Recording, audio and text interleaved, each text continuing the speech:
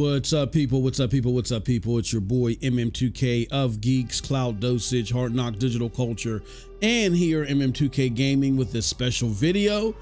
We wanted to take this time to remind everybody that our $70 PlayStation Network point giveaway is still active.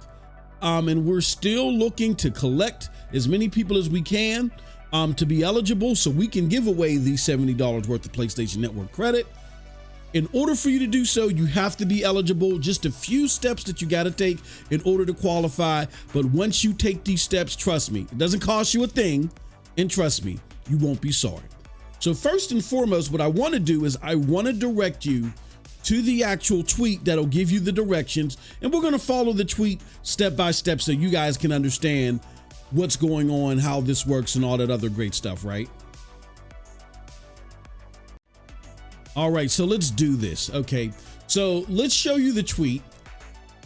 And the tweet is here. It says Final Fantasy VII Rebirth launch giveaway. We're doing a giveaway for $70 USD value towards PlayStation Network credit in celebration of Final Fantasy VII, Stellarblade, and other PlayStation 5 early 2024 bangers. To be eligible, the first thing you're going to want to do is click on this link and make sure you're subscribed to MM2K Gaming Streams.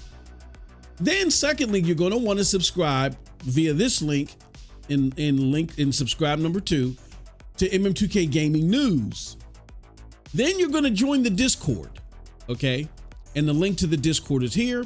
And then what you're going to do is after you do those 3 things, watch our Final Fantasy VII Rebirth streams and soon our Stellarblade streams while we're still trying to collect as many eligible players as possible.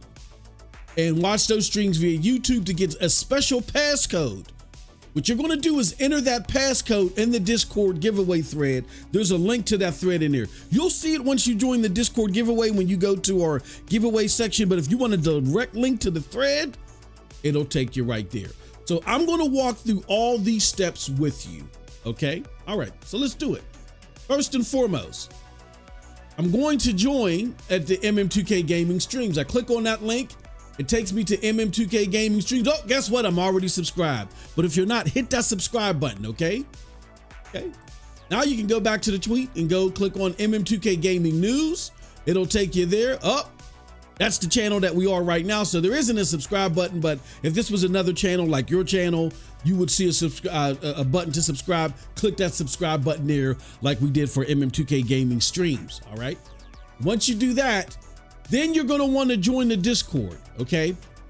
So if you click on the Discord link, it'll take you to our GEiX Discord where you just got to go through some preliminary things. You got to, say which platforms you want to, be part of, the content, stuff like that. That's because this Discord is being built to cater to your gaming experience, right? So once you just go through a couple of quick, short questions, you'll get added to the Discord, and this is our Discord right here, okay? Now, once you do that, you want to go to one of our Final Fantasy VII Rebirth streams that are active during the time of this recording, or we're going to soon be playing Stellarblade once that releases, right? You'll go to one of those streams like right here. Now, right here, I don't have the code, so you can't cheat. I got it to a part of the video where the code isn't up yet, but just watch one of the streams. Just watch one of our fantastic Final Fantasy VII streams with the homie Cold Blood Sensei. As you'll see the chat getting active and stuff like that, you will see while you're watching the live stream that the code will be up there, okay? The code will be there in the stream. It'll pop up in the live chat while you're there, okay? Once you get that code, you're then going to want to go to this link right here. And that link will take you within our Discord. And it'll take you to this special thread. When you get to that thread, you'll see people put responses down there. I ain't gonna cheat. I'm not gonna cheat and give you the code. But you see people put responses down there. Just add your response to this thread and you will be entered. Here's the great thing about this too. If you go ahead and share this on social media, you will get an additional entry. So you'll get, sorry about that. You'll get a leg up on the competition. You'll get an additional entry. All right. So make sure you do that.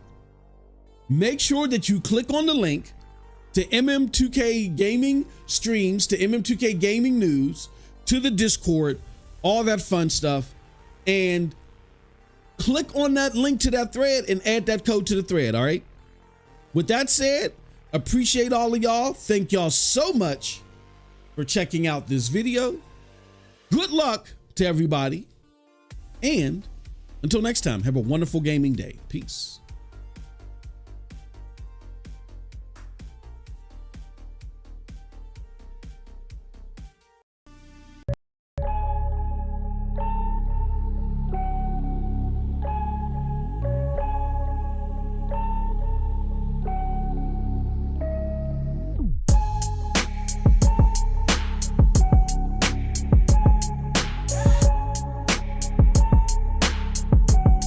Welcome to the New Rugged Order podcast, exclusively on the Hard Knock Digital Culture channel. Now give it up to your host, people, MM2K.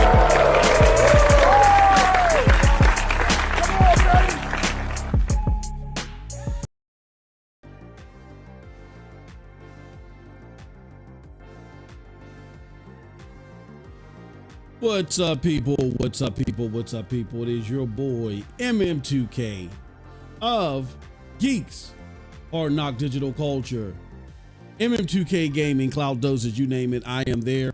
And we're back again with another episode of NRO Podcast. This is the podcast where we talk about the latest and greatest in the gaming news sector. And man, oh man, oh man, do we have a great one for you today. We are going to be talking about Xbox's quarterly report. It's quarter 3 2024 report to be exact. We're going to be talking about Stellarblade impressions and the big debate versus, it's Metacritic is actually a one score lower than Starfield, you hypocrites. We're going to be talking about all that. We're going to put the microscope on all that and what that discussion is all about. And lastly, oh my, we are definitely going to be talking about Helldivers 2. The Xbox rumors and how everybody is all, got their hemorrhoids all flared up, got their hemorrhoids puffed up like a loaf of bread. All about, oh man, we want this to come to Xbox. What's going on? Oh man, we're gonna have a great show. But before we get into all that, do us a huge favor, hit that like button, hit that subscribe button, and rock those bells for notifications, please, so you know when we're dropping these doses. We appreciate it. And with no further ado, we got my partner in crime, my PNC, your co-host for NRO Podcast, Cold Blood Sensei. Cold Blood, how you doing today, man?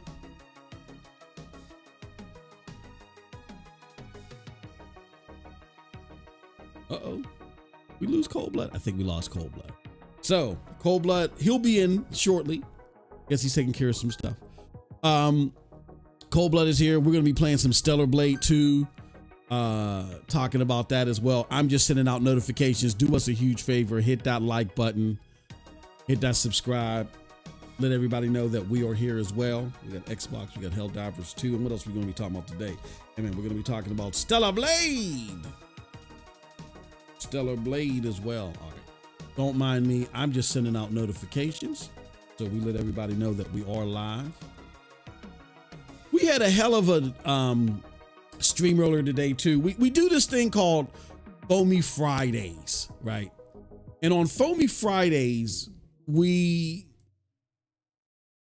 take a game that we feel like is going to be torturous to Cold Blood or myself. Like Cold Blood actually he's gonna have a very interesting game to play next week. With that being said, what we're gonna be doing is alternating at times. And so this week we played a game. I'm gonna get into the game that we played a little bit. Next week he's gonna be playing Ghost Recon Breakpoint on Amazon Luna. So we're gonna watch him have fun with that. And then the week after that, I am going to be playing something as well. Now, subsequent Foamy Friday videos after that, we're gonna have attached to our members goals. We're gonna have, as the people are helping out with the members goals. We're going to let them select the next games. So that's why we don't know what it is until those 3 games are completed. But again, as we are getting people that are adding to the members goals and helping us reach them, as you can see right now, we got 75 down there or up there. I'm going to change that because we're sick bastards. We're going to change that to 69 because we're wackos. And with no other way to celebrate Stellarblade coming out but to have a goal that is 69, right? To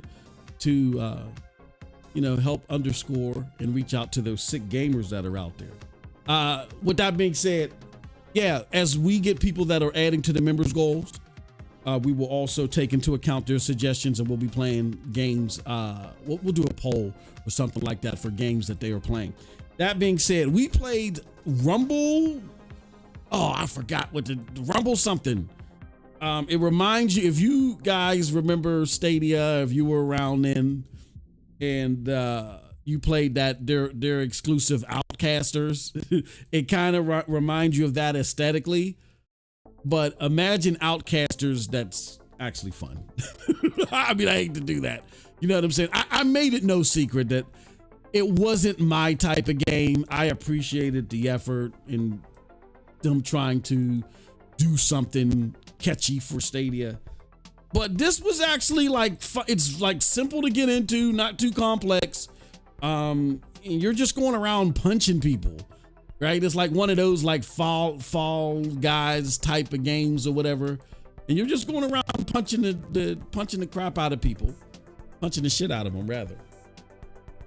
And, trying to be the last man standing, punching them off into this goo or whatever.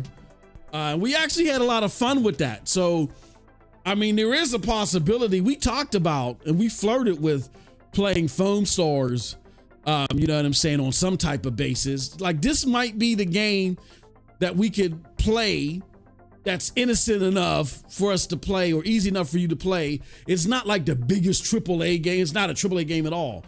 But it's a fun party talking shit type game that we can play on like a community night and talk shit and pop spit, you know what I'm saying? So definitely check out that stream. That stream is on MM2K Gaming Streams. We did that earlier today. You definitely don't want to miss that one.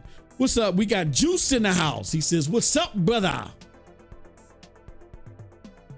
Oh, he can't connect. Oh, man. Okay. All right. Cold blood. Said Discord is messed up. Damn it. Well, don't worry about that, brother. We'll hopefully something will change. In the meantime, I won't go too far without you. And we got Trauma talking in the house. He says, Helldivers 2 is never going on Xbox. Never. Bots big mad. They're big mad.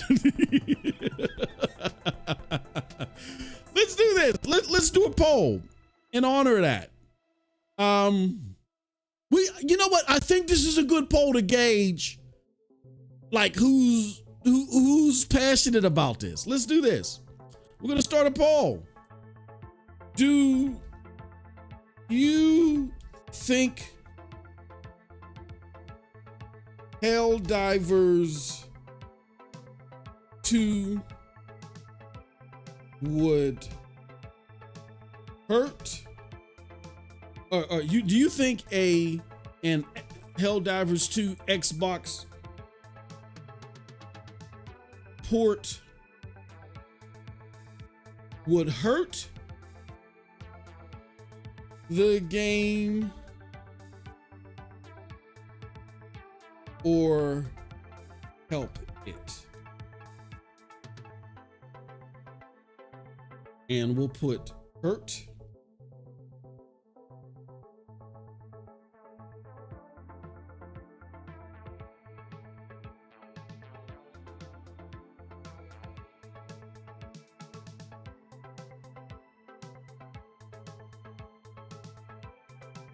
Hurt the game for diverting resources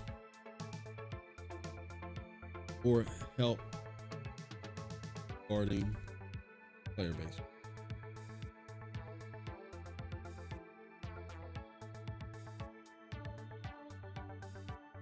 Hurt or help. It would help more than hurt. And hurt. So the question is, do you think Helldivers 2 Xbox port would hurt the game for diverting resources or help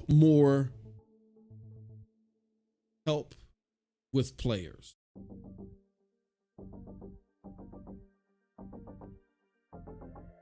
Hurt more than help. Okay, let's start the poll. Let's put that up there. Hopefully that makes sense. We said this will be another one of those solo shows from the looks of it. Okay. Well, we'll see. We'll see if you get to hop in, then hop in. With that being said, thank everybody for coming, for joining. This is going to be episode 58 of In a Row Podcast. And let me see, I'm doing a couple more things. Let's see here. I want to make sure, did I add?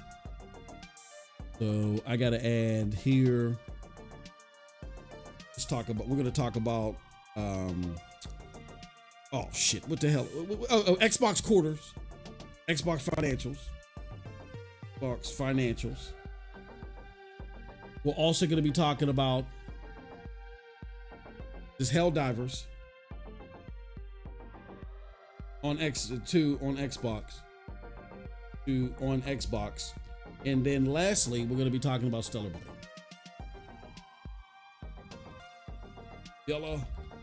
But we do have some honorable mentions. Before we get into all that, let's talk about the games that we've been playing. I've been playing Stellarblade. And you know what? Should I play? Yeah, let me do that. While we wait and see if Cold Blood can come on board, let me do that. Let me play some of this Stellarblade, because we had a crazy funny stream. I had people hit me up like, man, you guys are crazy. That, like, you guys love it when me and Cold Blood go back and forth because we talk a lot of shit. Like we talk so much shit. We need to start recording this shit. We talk so much shit to each other. You know what I'm saying? It's like ultimate bravado pissing match. And it's so funny and comical that people were like getting a hoot out of what we were doing yesterday. Let me see here. And he knows how to get me in the, let me say this properly, because I don't want to make it seem like me and Cold Blood are doing anything, you know what I'm saying? Like a little suspect here. But he knows how to get me in the mode to where, like, I'm whipping mines out, and I'm pause. I'm whipping it out, and I'm participating in the pissing contest too. Let me see if I can find the come on. Here, let's do it like this. Let's show you guys the web. Here goes the Foamy Friday stream.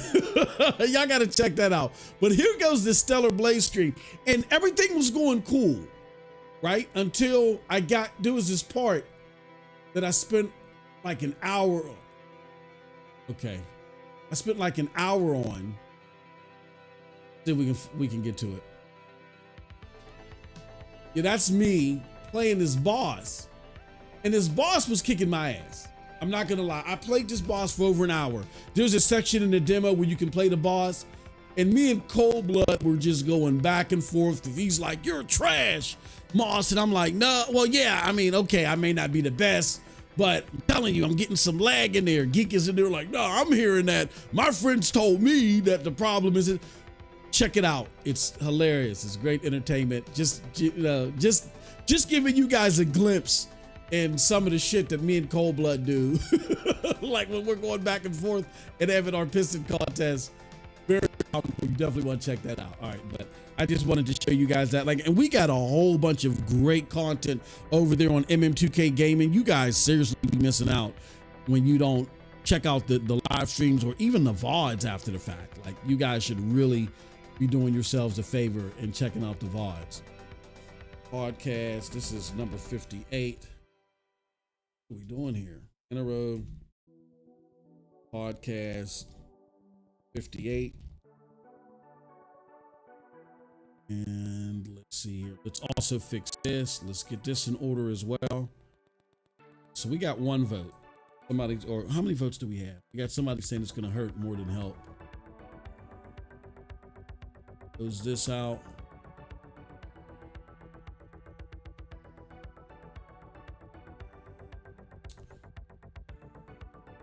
So I am your host, MM2K. There we go. It's working. We got the visuals working. Cold Blood, your contributor. He will be coming. We promise. I have faith. I have faith that the Discord gods will bring him in here. This is episode 58.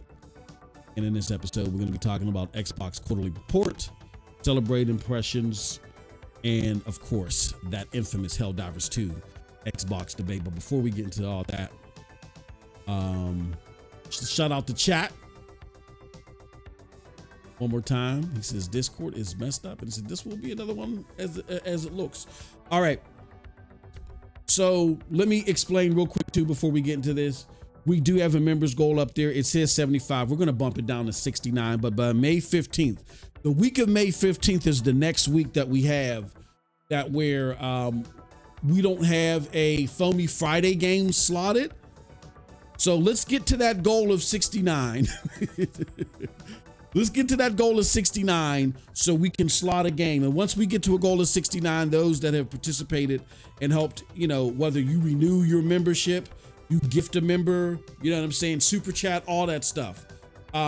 Let's get to that goal, and those that participated in that goal, you're gonna give us suggestions. We're gonna weight those suggestions based upon the support, of course, like we always have been doing, because we only think that's fair. And then once we do that, based upon the support and the ones that make it, we're gonna make a suggestion. We're gonna do a poll of what games you guys think we should play for Foamy Friday. And again, today we did Rumble. Rumble Romp or whatever it was. Fun game, very fun game. We did that. We did, next week will be Cold Blood on Amazon Luna doing what do you call that damn game? Ghost Recon Breakpoint, and then I'm gonna be doing a game after that. The current poll is we got 2 votes. It says and both votes said it would hurt more than help. All right, so let's get into our honorable mentions. There are a few things that I want to talk about before we get into our 3 main topics. And we got a couple of honorable mentions here. Let me pull them up on the screen. The first one comes to us courtesy of Insider Gaming. They say Fallout 4's next gen update is a broken mess, right? Uh-oh. Hey, something's going on to where I cannot move the screen. Let's try to recycle this and see if something weird must have. Okay, there we go. Oh, that was weird. It says Fallout fans waited years for the next gen update for Fallout 4. From the moment it was teased, Bethesda Game Studios went relentlessly silent on the topic, focusing on instead on more important projects like Starfield. Yesterday, the Fallout 4 next gen update was deployed across all platforms finally, but it hasn't proven to be the monumental update fans were expecting. In short, the Fallout 4 next gen update is a buggy, broken mess, they say. Not worth the wait. Sampled the next gen update on Xbox Series X and marveled at the boosted frame rate that I received through the new performance mode. And then it was taken aback. At the number of new quests that popped up in my Pit-Boy. That was where the excitement ended, though. Players worldwide are experiencing all kinds of issues with the Fallout 4 next gen update, ranking from broken mod loaders to corrupted saves, some of which have been running for hundreds of hours. Holy cow. PC players are complaining that ultra-wide support, a new feature added with the next-gen update, doesn't work properly, and the densest areas of the game, the frame rate is still experiencing drawbacks. It doesn't end there, though. It was recently discovered that players enjoying Fallout 4 on PlayStation Plus aren't eligible for the upgrade, even though it was free. Yeah, this is an interesting point. The price tag attached, which Bethesda Game Studios is reportedly working on now to alleviate that particular issue. Users on Steam Deck have reported their settings wiped by the update, which is another issue. Also, creators of Fallout London recently revealed that the sudden drop of the next-gen upgrade has thrown their project into disarray, forcing them to postpone it mere days before it was due to be released. In the last few weeks, Fallout has been on a path of resurgence, skyrocketing up the charts based on the success of the Fallout TV show. This is a punch in the gut from Bethesda amid the popularity boom, that's for sure. I want to do something real quick. Let's do this. Let's check Steam database and let's just see how catastrophic this actually has become, because this just brings up an interesting dynamic. Fallout 4. Fallout 4, to be honest with you, it's not doing bad still. It's still got 130 plus active members, and these aren't even peak gaming hours, right? Let's just check and see where it places overall. Like it's right above Helldivers right now. Now normally Helldivers gets his player base right after peak hours Eastern time, so you'll see like 5 p.m. You'll see a lot of people coming, but we got PUBG Battlegrounds, Dota 2, of course, is followed by Counter-Strike, and then Apex Legends, Manor Lords, which I guess this is a new game. What is this? Oh, this is another one of those survival games. It's an early access. Then Fallout 4, of course, and then we got Helldivers 2. That's right behind it. Okay.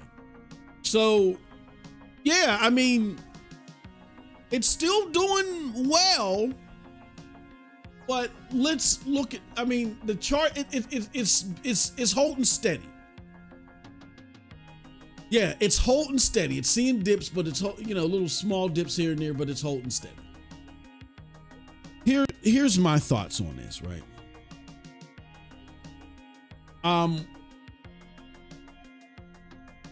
You cannot, and I can't stress this anymore, you cannot fuck this up, Microsoft. You can't. You can't mess this up. What do I mean by that? You've been handed a magical golden egg, despite the fact that the first 4 months of this year, PlayStation has been killing it. They got another banger in Stellarblade. I don't even play these type of games.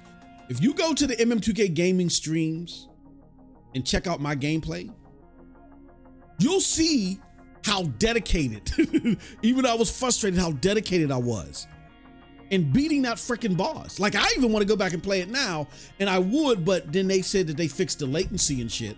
So I'm going to go and just play the regular game. But you could see how dedicated I was because the game was so, the gameplay, the aesthetic, everything was so good.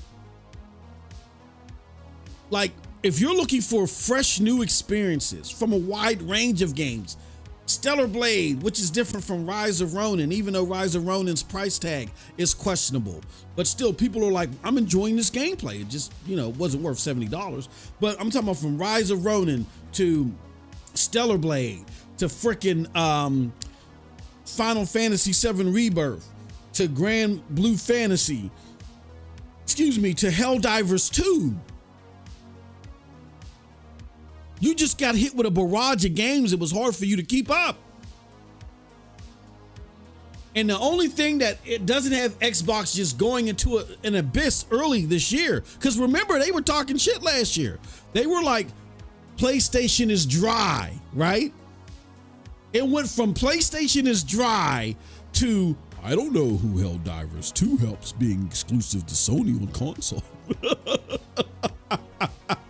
It went from that to this. And the saving grace for Xbox is that this old ass Fallout that people are feeling nostalgic towards because of the success of the TV show brought a lot of people back. And they had an opportunity to really modernize the game to new standards because people are like, look, I don't want to do no fucking 30 frames per second. I want that 60 shit. Give me that 60, son, for this old ass game, right? Give me this type of support, that type of support on PC. And so not only is this an opportunity for you to capitalize on the hype, but you take over something that was already going to do that for you. And that was that Fallout 4 London upgrade.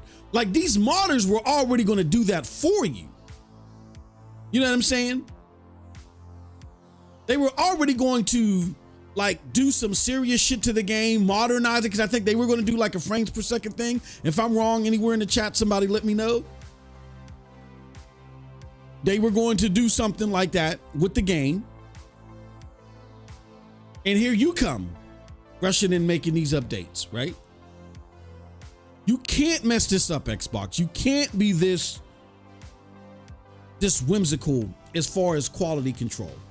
Don't be Xbox right now. Be somebody else. So don't be the Phil Spencer Xbox. Try to be the Peter Moore Xbox.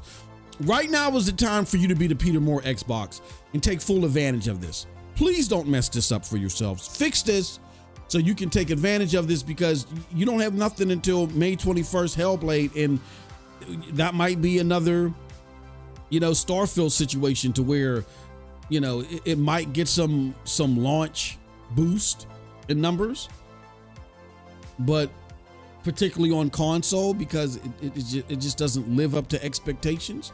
And you guys are using Unreal Engine 5, which is a resource hog right now, and you guys haven't mastered it yet. That could become an issue for a lot of gamers, and to where this thing drops off real quick, like a Starfield. You know what I mean?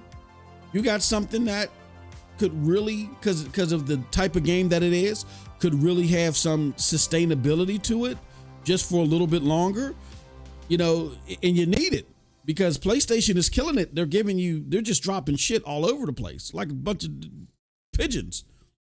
Come out, there's shit all over your car because you made the mistake of sitting it under where a bunch of pigeons was chilling at. That's what it feels like with play. They just dropping shit all over the place, man. And you can't keep up, bro. It don't matter. First party, second party, fifth party, 12th story. It don't matter. They're dropping shit all over the place. In order for you to keep up, you need this right now.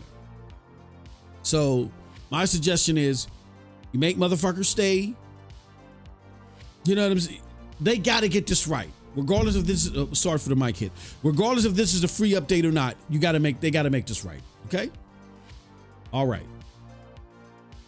That's our first honorable mention. Let's go back to the chat, see what the chat says. Coldblood says, man, I'm pissed. Juice says, man, I'm playing Fallout 4 currently and started a new save. I am having no issues so far. Okay, that's cool. That's cool. Juice he's giving the players report, and he said he's not having any issues. That's cool.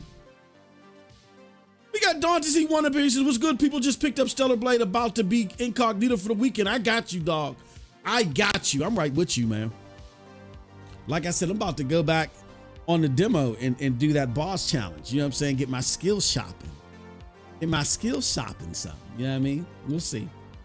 All right. So the next honorable mention item is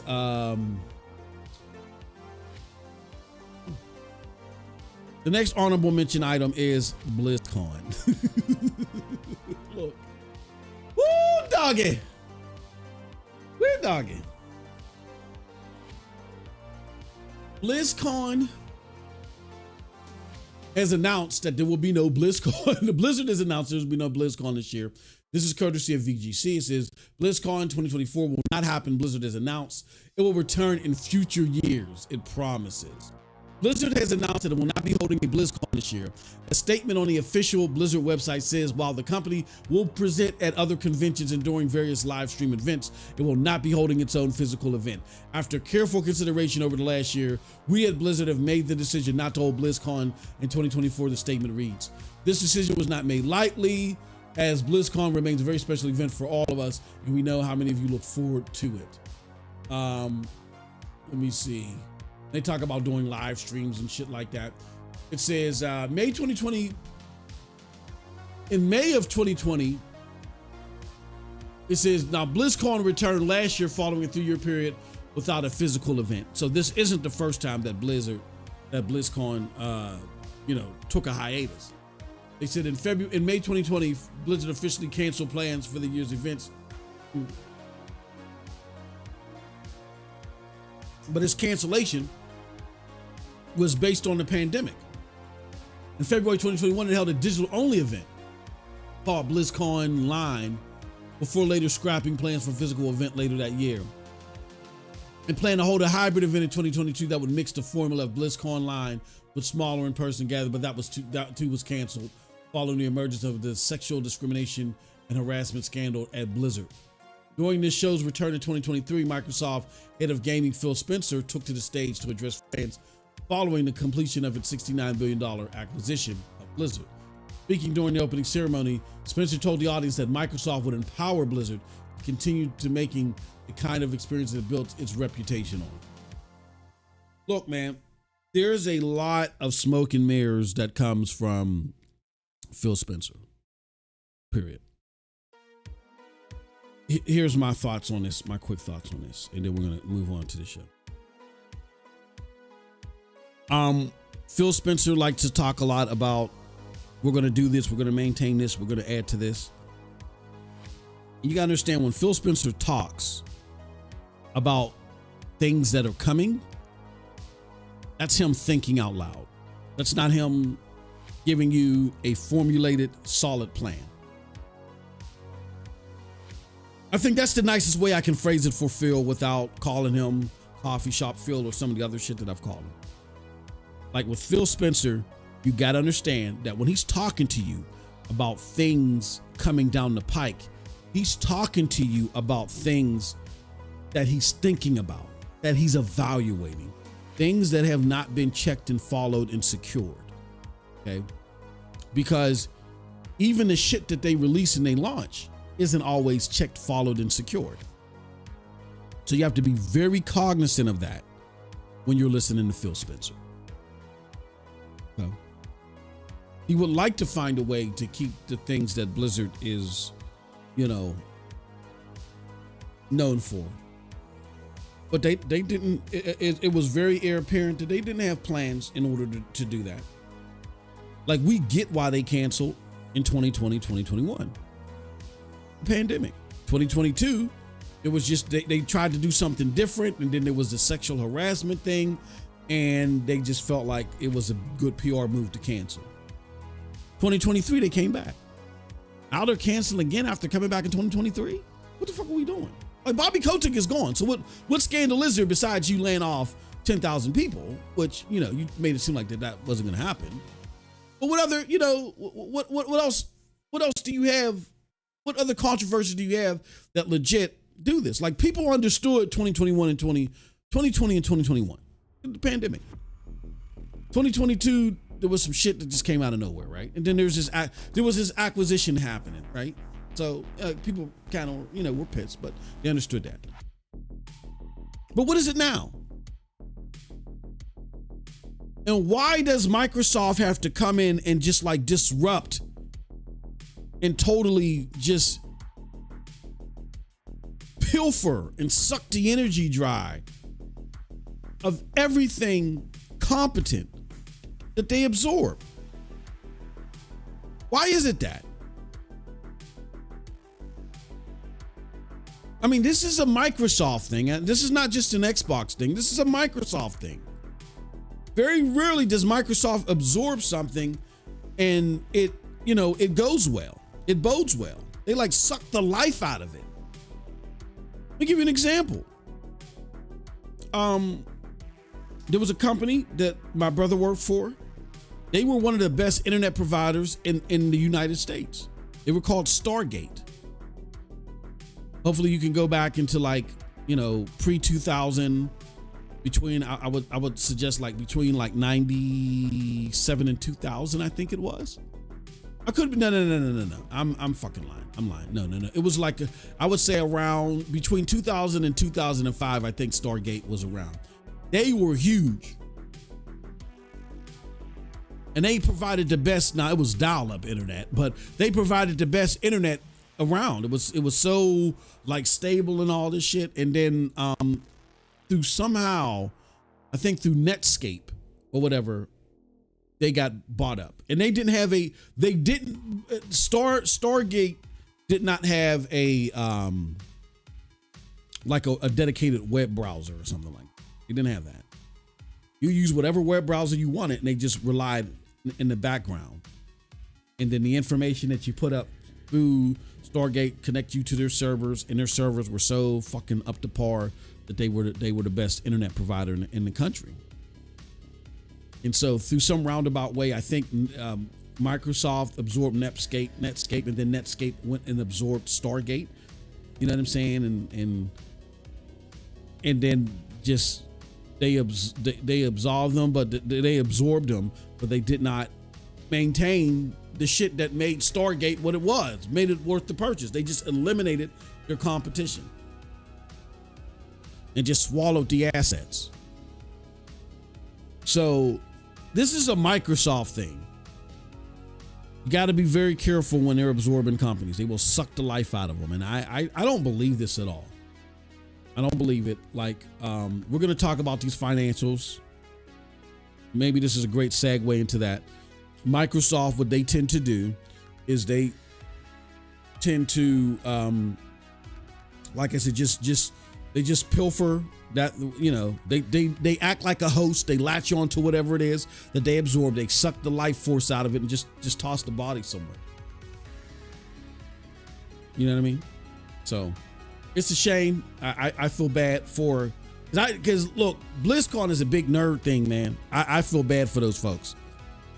It's a big nerd event, and when these guys don't get an opportunity to shine and do their shit at BlizzCon, I feel bad for them. So, all right. With that being said, those were our honorable mentions.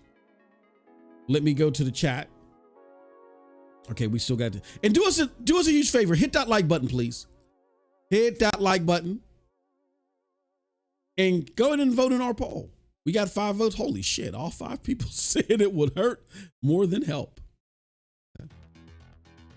Where's the, hold on, I want to do something real quick. I want to show you guys something, and we're going to go back to it. I definitely do want to show you guys something, because this shit is funny to me. This shit is funny. All right, here we go. Let's close that out. Let's go to YouTube and let's find MM2K's video, MM2K news video.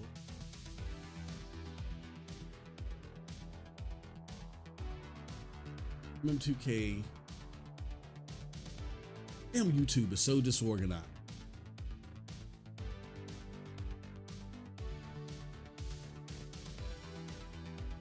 Go to the channel. We're now here, and let's check this out.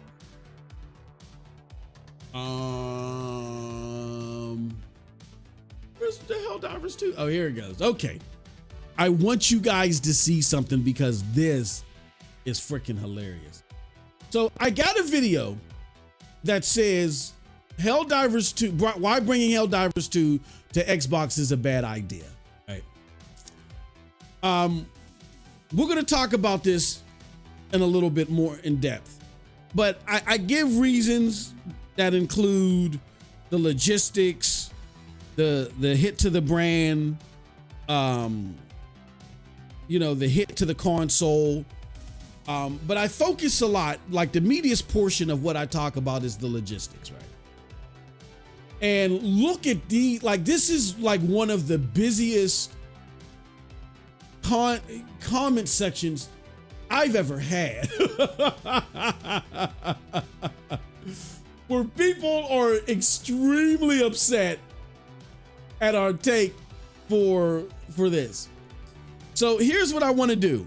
I want to say,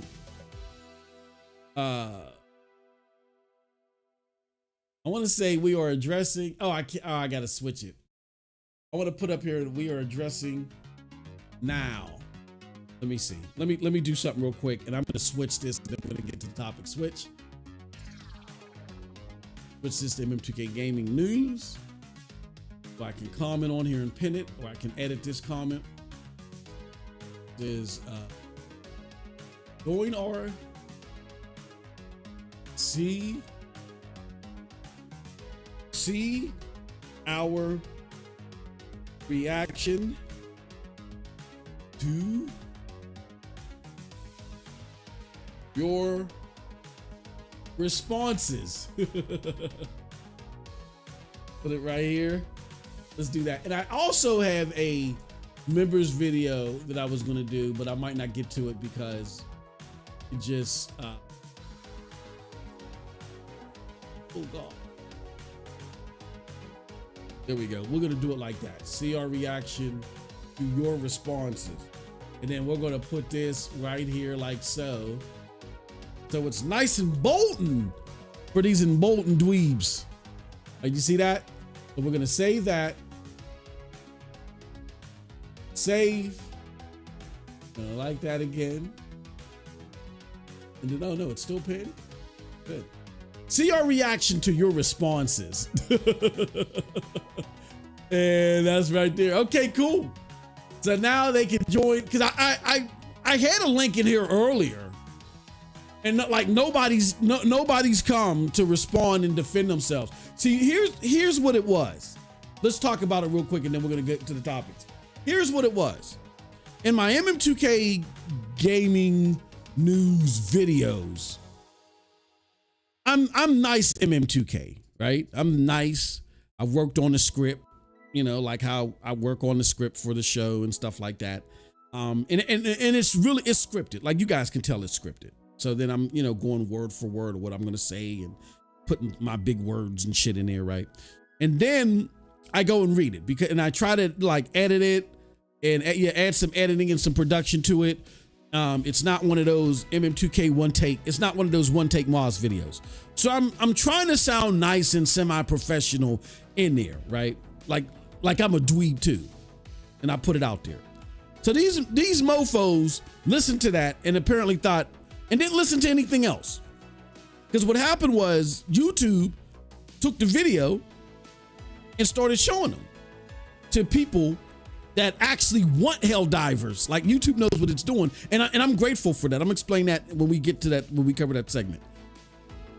So they're listening to nice MM2K and they're thinking, oh, this dude, this nerd, this console warrior, you know what I'm saying? That's a console warrior. He caps for PlayStation. He's all about PlayStations. They didn't read the comments. I mean, they didn't look at the content. They didn't see that I'm a cloud gamer, that me and Cold Blood be battling back and forth about that at times and shit like that. Like, PlayStation is my favorite console. You know what I mean? But my favorite way to play is via NVIDIA GeForce Now. They didn't pay attention to that. They are salty because they want this game on there, on Xbox. They don't get to play it. They know it's bone dry. These are motherfuckers that are not tantalized by Fallout 4 or even 76, for crying out loud. You know what I'm saying? They want Helldivers on there. What am I talking? Because if they were being tantalized with the Fallout experience, then Fallout 76, which is the online, you know, game version of Fallout, that would be up there too, charting. And it's not. So these are like online players that want Helldivers 2 on the platform. They're capping like they're PC gamers, and they're trying to quote unquote ratio the video, which they don't understand. They're actually supporting the video as they come on. I put a link out there for them to come to this stream and speak their grievances, and they didn't. So at first I just let them go reckless. I didn't say shit. I just let them build and build and build, because I'm like, this is helping the fucking video, right? But then after some time, you know, me being bored at my second job / business, I said, fuck it.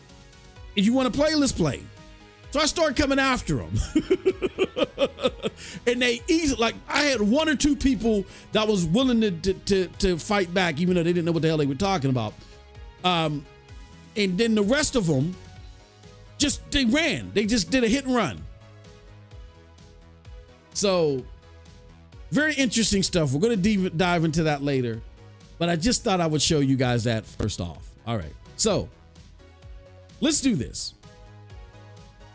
Let's talk about the Xbox quarterly reports.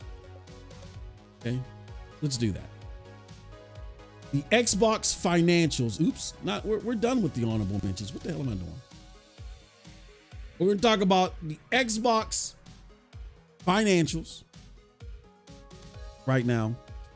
And for those of you that don't know what's going on with those Xbox financials, here's the story.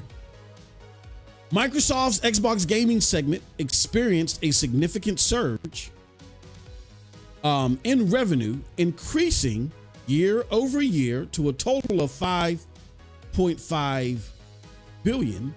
Despite this, hardware revenue fell by 31% compared to the prior year. The news story up here too. The increase is attributed to ABK, who actually contributed to 55% growth when you look at what Xbox made last year versus what ABK contributed. That alone contributed to 55% growth. However, because Xbox actually lost money year over year, it led to a net 51% growth overall, meaning they took the 55 that ABK was going to add on its own, and then they added it to the negative 4% growth that they saw on their own, and they netted 51% instead of netting 55 plus. That's insane.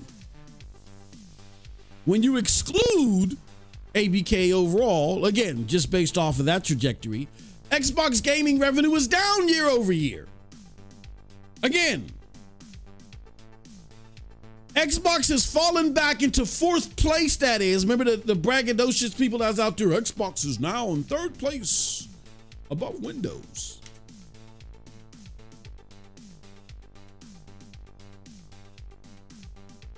Xbox has fallen back into fourth place regarding Microsoft revenue earners. And here goes something that was said by GEiX, which just illustrates what the hell is going on here at Microsoft, despite ABK. He says, the elephant in the room here is that if you exclude Activision Blizzard from this quarter, Xbox gaming revenue is down 5% year over year with no software and services growth and sharp hardware revenue decline.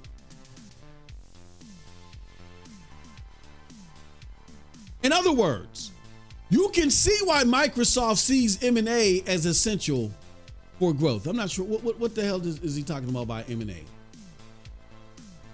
Mergers and acquisitions. Okay. So in other words, the only way Microsoft can, while everybody else improves year over year by selling more product, Microsoft can only come to the table and show a better financial statement to its investors by adding in what the fuck they just absorbed. Like, they can't sell you a better product and make that be better. Only thing they can do is absorb somebody else, take their initial success, because knowing them, they're going to smother that success. Like I said, just pilfer it, fleece it, and just throw the husk into the bay. And then say, yeah, because we bought XYZ last year, which was huge, now we've gone up 51%. Like, at some point in time, someone has to look at this shit and say, this is destructive to the market. This is destructive to the market. Because when we have a situation where Xbox is absorbing companies, until GEiX's point, he's saying this is why they're relying on mergers and acquisitions. Like, can you imagine what this financial report would have looked like if they couldn't have claimed fucking ABK? Can you imagine what this would look like? Can you imagine how things would seem? Like, this still isn't good, because ABK brought in 55%, an increase that would have resulted in 55% had it not been for your additional losses. And again, remember, PlayStation's dry. PlayStation's dry. You know what I'm saying?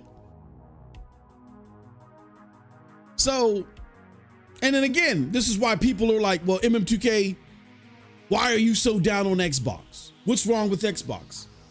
What's right with Xbox?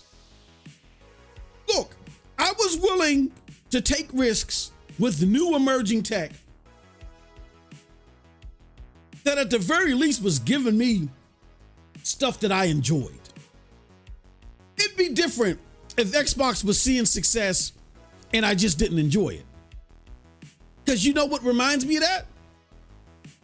The freaking Switch. I don't talk about the Switch here. I don't talk about Nintendo.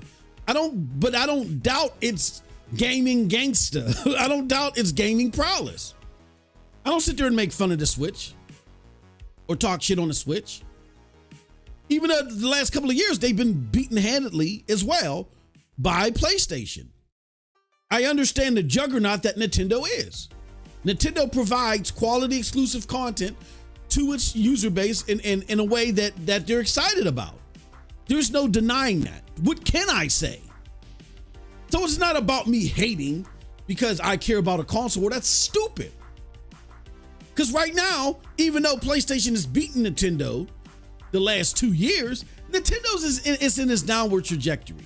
Really, if you want to think about it, out of the three platforms, really, and I'm not talking about the subjectiveness of what is better, because you know which one I think is better. Like I can't get into no Switch because of the frames and the performance. I can't get into the Switch. I'm talking about objectively to the lifespan of the Switch versus the lifespan of the PlayStation 5. Who's doing better? It's clearly the Switch. Who has the bigger selling exclusives? It's clearly the Switch, right? So if it's about me or anybody else really trying to nurture a console war and calling out the discrepancies of Xbox versus PlayStation, why ain't I back toting the Switch? Why ain't I playing tug from behind with the Switch? It's not about that. It's about an expectation that is set by your own promises and your execution on those promises. Not about let me find a way to make you sound like you're okay because little Timmy and little Bobby down the street likes you, and you go up on stage with your limbo shirt and say the right things, Phil Spencer. It's not because of the politics of this shit. I want a product. I don't hire a politician to cut my grass and fix my roof and address my gutters and all that other shit. I get what your politics are. I came to you for a product and a service. How do you handle that product and service? And what's the sustainability of it? Again, I'll take risks with something that's nuanced, new, that may be niche at the moment, but at least delivers me what I want, aka Stadia. Yeah, I'll take a risk in that and indulging in that and giving that a platform, because at least you're giving me something that I like. But somebody that is well resourced, like how Microsoft is, and who's already established, and you've already had the blueprint, there is no excuses. Stop making promises to people about you doing certain things and not executing on them and just taking people's money. And now that you flatline at that level, now you just want to go and absorb different companies that people relied on, that they liked, that provided some type of innovation or some type of enjoyment, and you want to stifle them and stymie them just so it makes your financial reports look good. This isn't coming from me. It's coming from Z Huge. Someone who as of late has been heavily defending Microsoft's approach, especially with Game Pass. He's said a whole bunch of wonderful shit about Game Pass. A lot of it not to be true.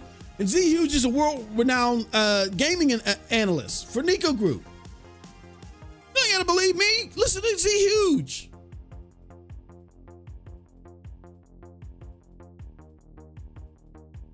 here's my thing.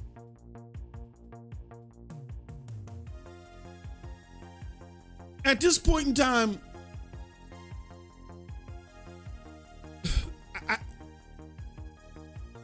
there's nothing, if I'm an Xbox consumer, as far as the platform is concerned,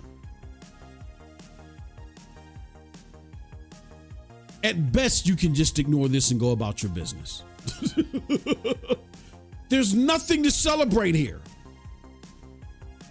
The acquisition you just got provided a net profit of whatever, and that was undermined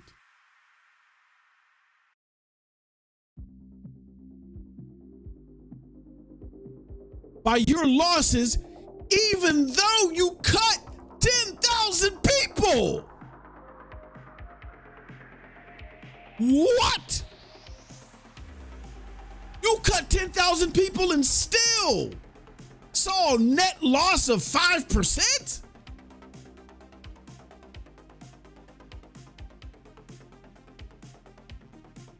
This isn't, and then when it comes to the end results thing, it isn't just me talking about this shit. It's not just me. You got Paul Thurrott of the Paul Thurrott think tank, the utmost expert in all things Microsoft. Brad Sams, the guy that you listen to, that you love when he's pro Xbox, that you hate when he got bad Xbox news, even though it's the truth, like when he told y'all about Lockhart and how that was problematic for developers and y'all stomped all over him, even though he ended up being right. Made him private his video. Unlist his video, even though we still got access to it.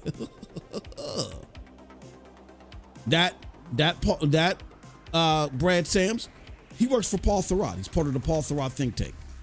Paul Thurrott knows all things Microsoft. He has close ties to a lot of people within Microsoft. He's all knowing of Microsoft. It's very infrequent, even when he's like being critical of Xbox, it's very infrequent for him to say something like this with this tone. He says, Microsoft acquired Activision Blizzard on October. Since then, the number of Xbox Studio games on the rival platforms is 4. The number of Activision Blizzard games on Xbox Game Pass, 1.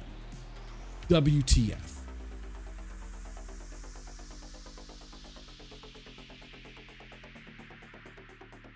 This person says, Dennis Stewart, which I don't know who Dennis is. Okay, he just seems to be a follower. Then it says, as the hardware numbers keep on tanking, I'm seeing them more as a publisher and less as a console player. And Paul Thurrott's the same. So all of you guys out there, no, they're not becoming a publisher. They're still competing. They're still competing, MM. What are you talking about? Paul Thurrott doesn't believe you. Paul Thurrott is all-knowing everything Microsoft. Let me show you guys something else too. I want to address this. They're trying to put a positive spin on this. And here's the positive spin that they're trying to put on this shit, right? So this is someone that I've normally give accolades to. I just can't do it no longer. I mean, I'm not going to, they're not on my radar. I just can't give the accolades anymore because now this individual's in a state of denial to where it's starting to be concerning now. And to continue to give them accolades in the MM2K seal of approval sends you in their directions and you're going to be misled. And that's what I don't want. Derek Strickland of Tweaktown says Xbox beats all previous full year earnings in just 3 quarters, would break 20 billion by June. So he's trying to frame this in a positive way, and I'm seeing this being circulated as this is a positive.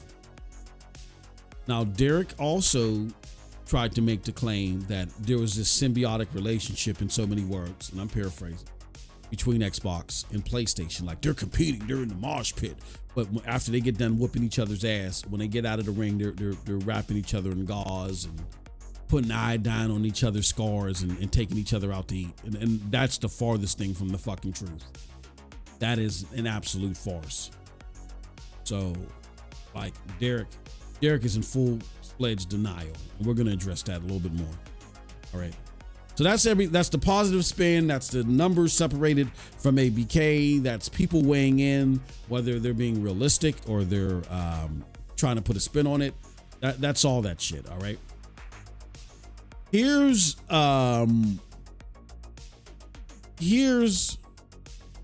what I'm going to say in regards to celebrating anything. There is nothing to celebrate. If you're an Xbox gamer, I would just bypass this. If you're an Xbox platform gamer, I mean, meaning you are the ones that, and let me just be very clear here, because people tend to not understand. They think they can speak for all gamers when you can't. I can't even speak for all gamers. I can advocate for all gamers. I can't speak for them. Meaning, I can't relate to everything a gamer likes, that every gamer likes, but I can definitely appreciate their individuality, and advocate that, hey, even though I don't like it, there may not be nothing wrong with this. If you're a gamer that likes the direction that Xbox is going in, there's nothing wrong with you liking it. The only thing that I have to say to you is just be careful on the sustainability. Trust me, as somebody who thought that a company would put more care into the sustainability of a product that I really liked, and I've been here before. I've bought consoles and they've died out or whatever, but the writing was on the wall. You know what I'm saying? Like, what I've seen from Stadia is amongst its cloud peers on very important litmuses. They were in the field with their cloud peers. Stadia's problem is they thought too lofty and didn't put enough juice behind the loft that they expected for the platform. And then they were very scary, as we say in the streets. Very scary. Like Microsoft just said, boo, with Bethesda, and they shut down SG&E. And then they bought Activision Blizzard and went, boo, and then they closed down. You know what I'm saying? So take it from me, from somebody who really think there was a lot more potential in the offerings that someone had for a particular product and service, and it was very sensible and plausible that they could turn it around for them to only pull the plug. That can really disrupt your gaming, and at least in Stadia's sense, when Stadia went in a certain direction and made my interaction with it, when they pulled the plug on that interaction and really disrupted how I gamed, at least they gave me my money back. If Xbox does something, if Xbox is doing something that you like, I'm letting you know now that because of their performance, in a lot of ways, there is a very high potential that could get pulled and yanked away. So just be careful. That's why I always talk about having gaming portfolios. If you like Xbox, I don't have a problem with that. If you like the direction that they're going in because of things that they're saying, or you're like, oh, I like games being everywhere. I do think that exclusives are Satan, and I do like games being everywhere. Even if you think that way, just be very careful, because the platform part of it is under a lot of risk. And if that gets yanked from you and it totally disrupts what you're doing, believe you me, them mofos are not giving you a refund. They're not. They're just closing shop like Sega or anybody else, like Nintendo did with the GameCube. They're just shutting shop like everybody else did before. All right. So we got GEiX to sneak in the house. He says, howdy. GEiX will tell you. GEiX, that stream yesterday was crazy. GEiX, even because me and Cold Blood were going back and forth having our pissing contest, right? And GEiX was like, but Mars, GEiX, don't go anywhere. Trust me, this ain't going in the direction you think it is. GEiX was like, Mars, if you're not good in the game, don't worry about it. I'm like, no, GEiX, it ain't that. It's, no, it is that too, but there's something else going on as well. So we're having a pissing contest. The chat is watching, cracking up. People hit me up. Please check out that stream. That stream is funny. It's hilarious. And definitely make sure that you check out the Foamy Friday stream that happened there too. Fun game. Geek to Sneak. You need to check that out. We were playing Rumble Crash, I think it's called. Check that out, Geek. It was a hell of a game. We had a hell of a time, Geek. Definitely check that out. And you know, that's a great game where we can talk shit. People grab them up a drink or whatever. I don't drink. I can't drink anymore. I gotta keep, I gotta, you know, I'm getting older. Me and my wife are getting older. And you know, things don't tighten up the way that they used to. So I don't even drink anymore, which, you know, I used to grab me, as of late, one of my favorite drinks was Jameson. I grabbed me a Jameson and Coke. You know what I'm saying? Or I even put it in my coffee sometimes. They had like I think they had a coffee flavored Jameson. Oh man. You know what I'm saying? That was my drink of choice. There's also these drinks from, I sound like an elitist with my pinky up in the air. Our Whole Foods has these drinks. They're, I forgot the name of them, but I used to get them too. These drinks from Whole Foods. It's like some elitist, some super elitist drinks and stuff like that. I haven't had alcohol in a very long time, but if you do indulge, you just want you a little drink and talk shit and have a lot of fun. That's a fun ass game. That and Geek, we were talking about Stadia. That game reminds me of Outcasters, that Stadia exclusive game that was made by, who was that made by? I forget the name of the company, Geek. I couldn't get down with it. I mean, I tried to play it because of course I'm a Stadia content creator. I support the platform. I give kudos to shit that even I don't play all like that. But you know what I'm saying? I couldn't get down with Outcasters, bro. This game has the aesthetic of Outcasters, but what it does have that Outcasters didn't is it was fun. I know I'm gonna make people mad about that. I'm sorry. I'm sorry. So sorry.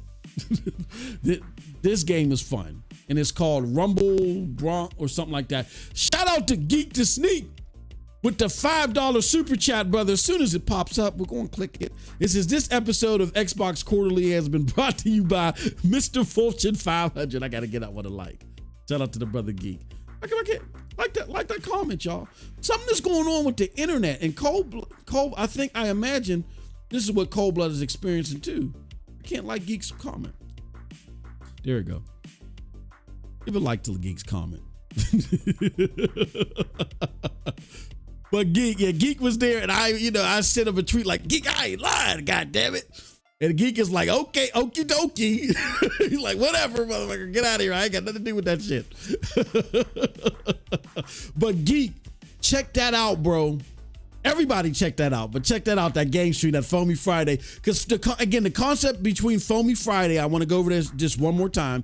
People like Geek, Sean, and whoever that are regulars of the channel, or regular supporters for a very long time, that come in and support the channel like how Geek just did. You know what I'm saying? What we normally do is we take their suggestions for games that they think that would drive me insane and drive me crazy and get me acting all wild and stuff like that. For their indulgence, they suggest those games for me, and then I play them, and then Cold Blood's, and Cold Blood is an antagonizer. Like yesterday, he knows how to antagonize me and push certain buttons to get me to act in a certain way, right? So he antagonized me yesterday during the stream, and he antagonized me today during the stream, and then me and him started going back and forth or whatever, playing it, and it's a great stream, and we actually had a lot of fun playing that game. You guys want to check that out because we select games that are fun to watch, fun to play. We let members hop into Discord and stuff like that to chop it up with us. So definitely, if you help us reach our member goals, like right now, I think we're at 37, 38. We're trying to get to 69. I know it says 75. We're trying to get to 69 because we're sick bastards. But when we get to 69, we're going to slot the next game, okay? And we're giving you guys about 3 or 4 weeks to do that, because after the next 2 weeks, we don't have another game slotted. We got to reach that goal in order to slot the next game. We got Not Your Mother in the house. What's going on, Not Your Mother? Good to see you. He says, I remember suggesting that game to you, Rumble Club. Thank you, me. Hey, yo, Not Your Mother. That is a hell of a game to play, like a party game. That's the word I'm looking for. That was a hell of a party game to play, and we had a blast playing it, bro. Thank you for suggesting that game. That actually might be in our library. Like, normally when we play these games that I find torturous and I can't stand and get me all riled up, these are games I would never play by choice. But I would actually play that game. That's a fun game, a game to where we would even do, because people like Fall Guys and all other shit. That's a game, Not Your Mother, that we would actually play in a rotation, and we want you guys to participate in it too. That was a hell of a game. Juice says, I was a huge Dreamcast guy.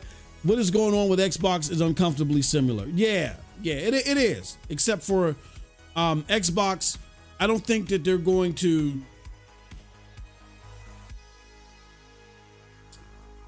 If things don't improve platform-wise, they're going to stick it through because they have the money. I think they're going to try. I think they were like, look, we had to do one more year and one more generation with a console, with a closed box. Let's do this now with like an open platform, like an NVIDIA Shield Pro, like an Asus ROG. We see NVIDIA, we see Asus. We're gonna buy. We're gonna build something to put something in there. And let me tell you something else. This is where we got to be very fucking careful. I know people that are Xbox supporters hear me and say, Moss, you're being an asshole. But I'm just being cautious. Again, this is not about, like Geek will tell you, I don't talk shit on Nintendo. I just tell you I can't play it, but I don't talk shit on Nintendo. Nintendo is stop hating for. He's here. I told you would make it. I told you would make it. It finally worked. Oh, okay, good. Damn, that's wild, bro. Yeah, I don't hate on Nintendo. I don't talk about them because I don't play them. But there's no doubting the power of Nintendo. So it's not about me just trying to pick a lane to, impress the PlayStation people. I mean, look, when you look, even though they've been out longer, there's no denying Nintendo. And me and Cold Blood was just talking about this. There's no denying Nintendo's dominance. So if it was about me just rubbing someone's backside who's dominating, I would fucking go with Nintendo. Xbox has an execution problem. Cold Blood, what's going on, good brother? How you feeling today, man? Very good, bro. Good. Glad to have you here, man. While we're here on the Xbox quarterly report section, I do have a couple questions for you. I know you like Phil Spencer and all, but if you can answer a couple questions here that are not so Phil positive. Now, based off of all the shit that me and you've been looking at and reading and talking about over the week, and based on these new financials, is there anything for Xbox's platform consumers, like those that are into the console, or not just those that buy a fucking random Activision Call of Duty game on I'm talking about the pure Xbox consumer. Is there anything for a pure Xbox consumer to celebrate, in your opinion?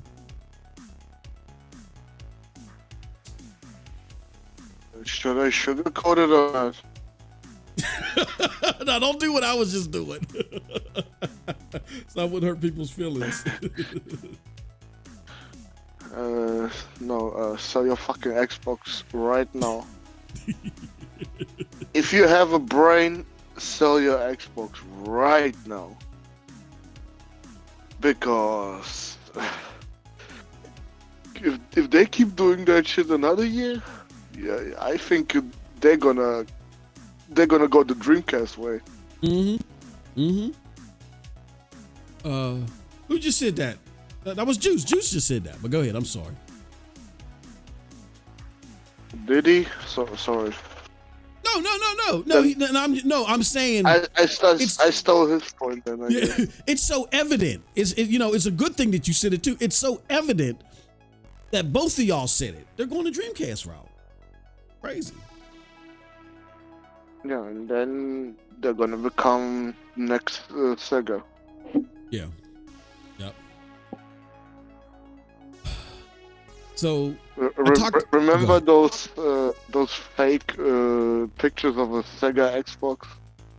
Yeah, I remember that. They hit different now. I remember that. Geek to see. No, I mean, bro, no, these abysmal numbers should not be what you defend right now. No. Not for 4 years into the generation. Hell no. Exactly. I told. I mean, I would get it if we were like 7 years into the generation and they lost 30%. Well, okay, yeah, that's normal. But not right in the middle of it. That's where it actually should go up because you have sales and shit. Yep. Totally agree. I talked about Derek Strickland too, where I was like, this motherfucker's just being delusional.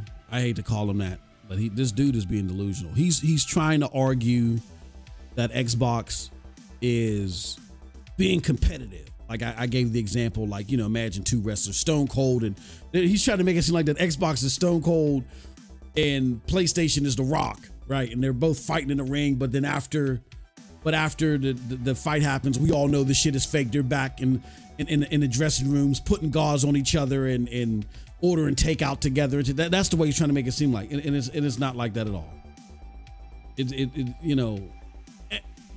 PlayStation, Xbox is pimping their games on PlayStation. There is not a symbiotic relationship. Xbox needs PlayStation, particularly because of Activision Blizzard. Like Activision Blizzard is surviving off of PlayStation. 48% of Call of Duty sales are on PlayStation alone. So there is not this symbiotic relationship. There is a need.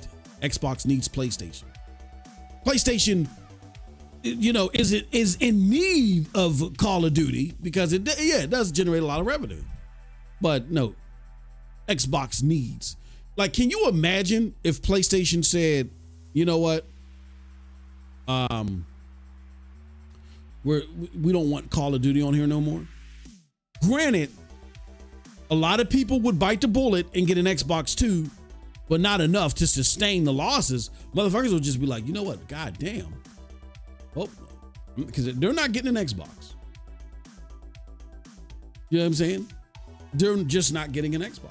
There's a lot of people that would, but there's a lot of people that just they don't. Globally, people just are not fucking with Xbox because of the catalog. Isn't convincing enough. So, Juices, I recall a few months back. He says, I recall a few months back, Xbox talking heads were making fun of PlayStation for not hitting their goal of 25 million. Yeah, exactly. Come on. Like, and we in Cold Blood and I talked about that. That was just PlayStation just being dumb. Here's what it was. And this is why I say PlayStation in its approach to exclusives, y'all got it twisted. PlayStation isn't so much looking for exclusives individually. Like their end all be all is in exclusives selling a whole bunch. That's not their end all be all. If they can tie the exclusive to a console and the console sells a whole bunch, that's what makes them happy. Why? Because if you buy a PlayStation console, that's the likelihood that you will play Call of Duty.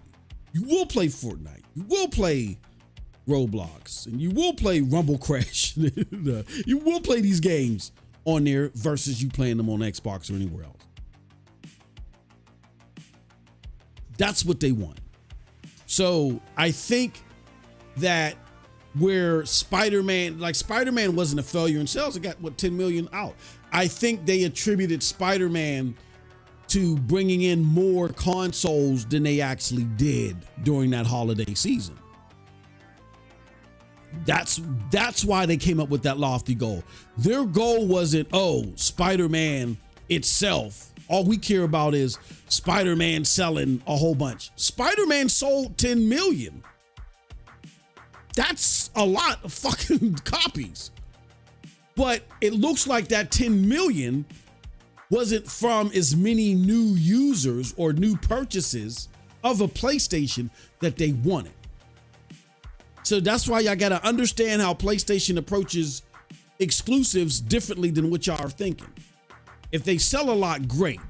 But what PlayStation really wants is that game being sold to a new person that's buying a PlayStation.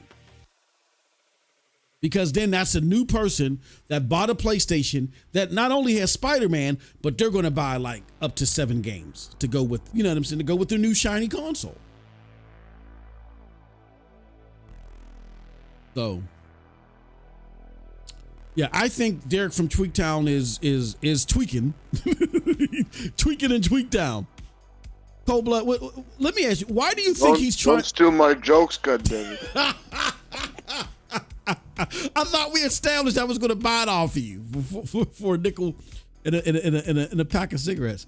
Why do you think he's making? Why do you think he's contradicting himself? Why do you think he's going all out to try to make Xbox seem like a competitor, but and then trying to make it seem like that them becoming a publisher still makes them a competitor?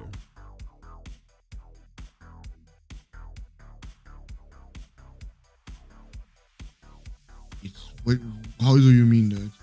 Like, basically, why is he acting like a fanboy right now? Like, this guy's supposed to be a journalist. Why is he fanboying with this data? There's nothing to celebrate here, and he's trying to celebrate. Remember, we just talked about this. He said that Xbox and PlayStation need each other, but Xbox is losing money. And they've only gone up based off of their Activision Blizzard games, which are highly reliant on PlayStation. So why is he even going through this thing of contradicting himself and acting like a fanboy instead of a journalist? I guess that's a better way to phrase the question. What the fuck am I supposed to know that? Well, you know everything. Come on. Can I read his mind? You know everything. I recall a few months. You give me a lot of credit, bro. Well, I don't know what else he's capping for, but this sounds like, hey, Xbox guys, you still got a site where you can go. Mm-hmm. Click on it. Mm. Yeah. This is what it sounds to me like. Boom. I'm not gonna make it like Zuby Tech, where I'm gonna just straight up tell you it's fucking dog shit. Yeah, and that's their comfort zone. Mm-hmm. The comfort zone. Yeah, it's sad. No, safe space. Yeah, that's better. You want to say the same? Yeah, safe space, comfort zone. Yep. Yeah.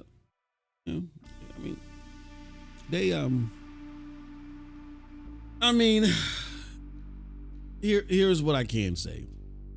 I did recommend Derek at one point in time. I can't do it anymore. There's nothing to celebrate here, and this headline is too lofty.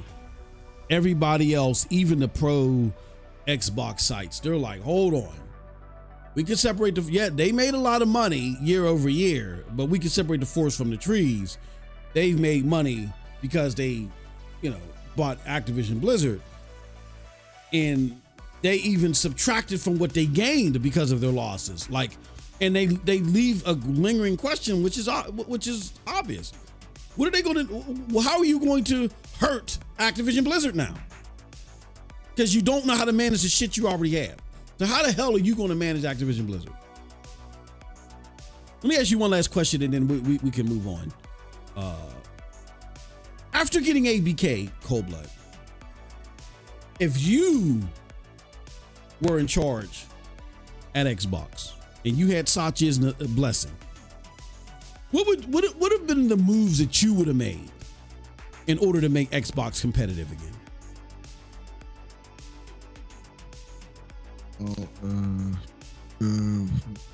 What's the called? CMA and FTC completely destroyed every single way. I would have used Activision. Like making everything fucking exclusive and just say deal with it. Mm-hmm. Yeah.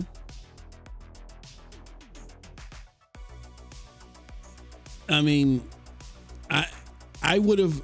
I think it goes back to. I think the it's like when you're playing chess, and it was just that one move where your fucking queen got taken. You're like, fuck. Like I'm toast now. Like there's no way out of it. And the other person still has their queen. I think that move was the Bethesda purchase. They handled that all wrong. They handled that wrong. I think what they were looking. They should have started with Activision actually, and then later get Bethesda. Yeah. Yep. Because there would have been no pushback. There would be no CMA. There would be no FTC. Well, FTC would have because of the dollar amount. The FTC would have probably tried to do something, but they would have had no leg to stand on because the only thing that made the blockage of the deal possible was when Stadia and the cloud gaming people started crying and came in there, right? That's the only thing that made it possible. They looked at PlayStation's complaints about Call of Duty and said, nope, don't care. Don't care. The only thing that made it plausible was when the cloud gaming people came in and started crying. And what gave them an opportunity to do that? When you handled Bethesda the way that you did. When you showed firsthand Bethesda's working with these cloud platforms and we're fucking yanking it. Bethesda had the Orion project they were working on with Stadia. You yanked that from them and you totally disrupted Stadia. I mean, it was a great business move if your only competition was Stadia. You fucked them up. But look what you had to do in return. You should have, and if you're absorbing a company, like to me, this was common sense. If you're absorbing a company that is commonly known to be multi-plat or to serve, it ain't even got to be games, to widely service a large branch of people, you need to wind that down. You don't just shut it off. You wind it down. You're asking for problems from regulators if you just shut it off. Because people are going to say, oh, this is anti-competitive. I used to be able to get this here, there, everywhere. And now I can't get it anymore except for where I go through here. You have to wind it down.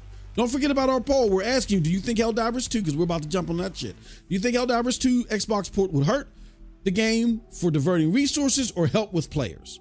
And the answers are hurt more than help more than hurt. Make sure you check that out. All right. Yeah. So that was common sense. But they did it because of Phil. And this is the point that I'm trying to make, man. They did it because of Phil. Phil listened to the people out there on Twitter, the ones that we laugh at, Cold Blood. He listened to them and was like, well, yeah, we did this deal for exclusive content for Game Pass. That wasn't the time, dude. Let sorry ass Starfield launch on PlayStation. Let trash ass Redfall launch too. Let them get that trash. And then you close on ABK. And then by the time Elder Scrolls 6 comes out, then you really leave them motherfuckers thirsting, bro.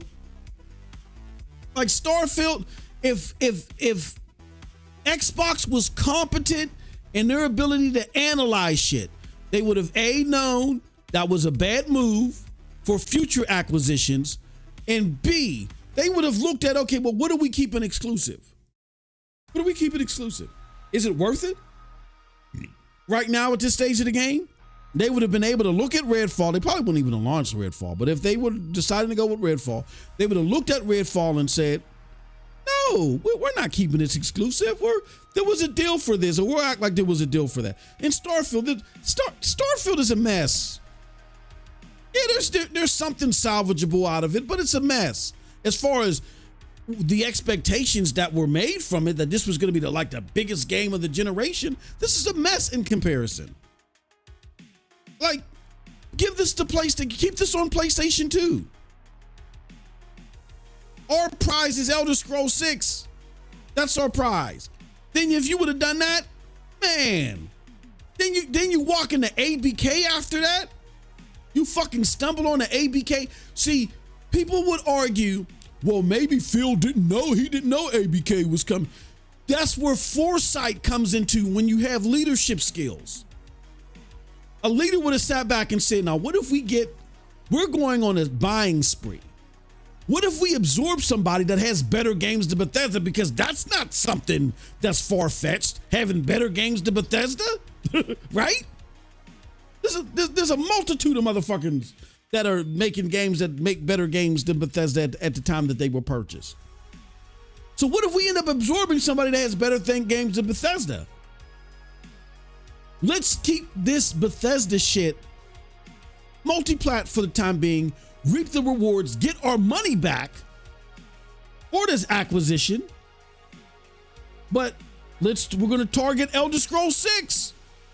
Let them motherfuckers think that they're getting Elder Scrolls 6. Let their lips get wet and them just salivate over it. And then either right before launch, we make it exclusive, or shit, when we make a big acquisition, another one, and we keep that shit exclusive. We would be talking a different story right now, but we're not. And it's not a coincidence. It's not bad luck. This isn't bad luck. This is poor foresight from the leadership, from Phil Spencer. That's why this didn't happen. You understand what you're dealing with. When you don't understand what you're dealing with, then you're left dumbstruck every time something doesn't happen right. What do you mean Xbox can't execute on this? What do you mean this ain't gonna work out? Or what do you mean you don't believe on this? I'm looking at the source. The source has an execution problem. Period. It's not that I don't like what they say they want to do. They have a problem executing it. Hey, we got Ice Queen Gaming in the house. Hey, Ice Queen, how are you doing? Good to see you.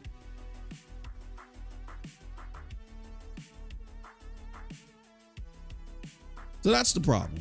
All right.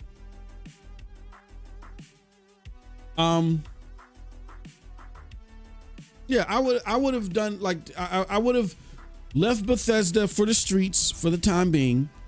You could have afforded that. The prize was Elder Scrolls 6. Like, I feel like PlayStation would have been wiser. Like, PlayStation would have said, they would have done one or two things.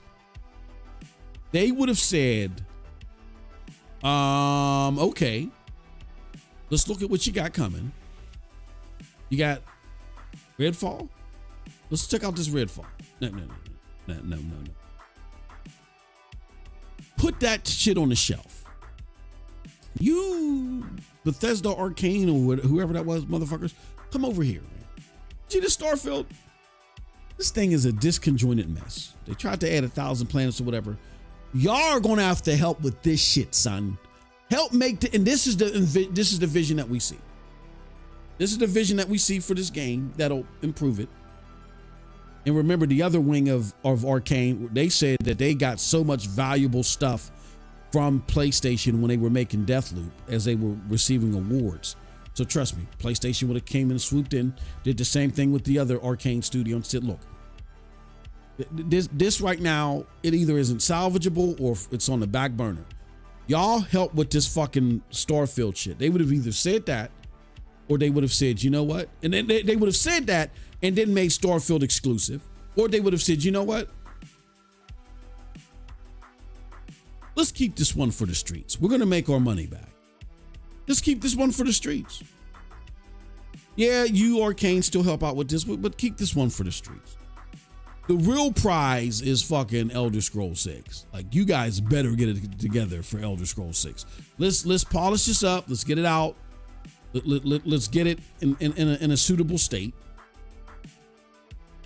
to where it doesn't hurt the brand. You know, it's get it in a quality state. And then you motherfuckers jump on Elder Scrolls 6. That's foresight. That's realizing, look, man, what we got here is not liquid gold. So why treat it like that? It's like what Amy Hood said. And that's why I think Phil Spencer is pretty much shut down as far as making any big or bold, claims and bringing them to Satya. I don't think he has that. I don't think he has that power anymore. I think he may be safe as far as just leading the gaming along, the portion along.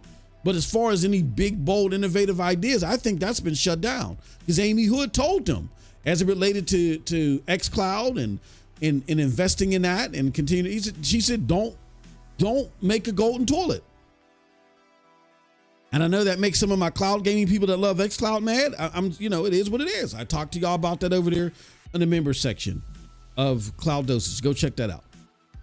But don't make a golden toilet. So I think Phil's been chopped at the knees. He knows what he has to do. He just needs to deliver. But he needs to deliver on try to simplify their shit. He needs to deliver on their simple shit. But if he can't see raises, like now we're going to see year over year next year. I think if they don't see year over year next year, Buddy Boy's at risk. Where he should be. He should be. Kareem Chaudhry. Again, I don't celebrate people being let cut, but Kareem Chaudhry, he's the architect of xCloud. It was abysmal. xCloud was abysmal versus what they wanted it to do. So they got rid of Kareem. I think Phil and Amy are now looking at the staff and looking and seeing who's accountable, who can execute. If you can't, you're fucking out. And that's the way it should be, period. All right, that said, let's move on from that. I know how much I love Phil. Well, let's talk about this Helldivers 2 on Xbox. This is gonna be quick. I want to send a signal out to all of our friends that watched our video over on YouTube. And again, what video is that I'm talking about? Again, it's the video where for the episode of the medicine, we just simply asked, here, let's put this. We simply asked, simply stated why bringing Helldivers 2 to Xbox is a bad idea for PlayStation. I got everybody's hemorrhoids flaring, right? Our arguments were, well, I'll put it, let's just do it like this.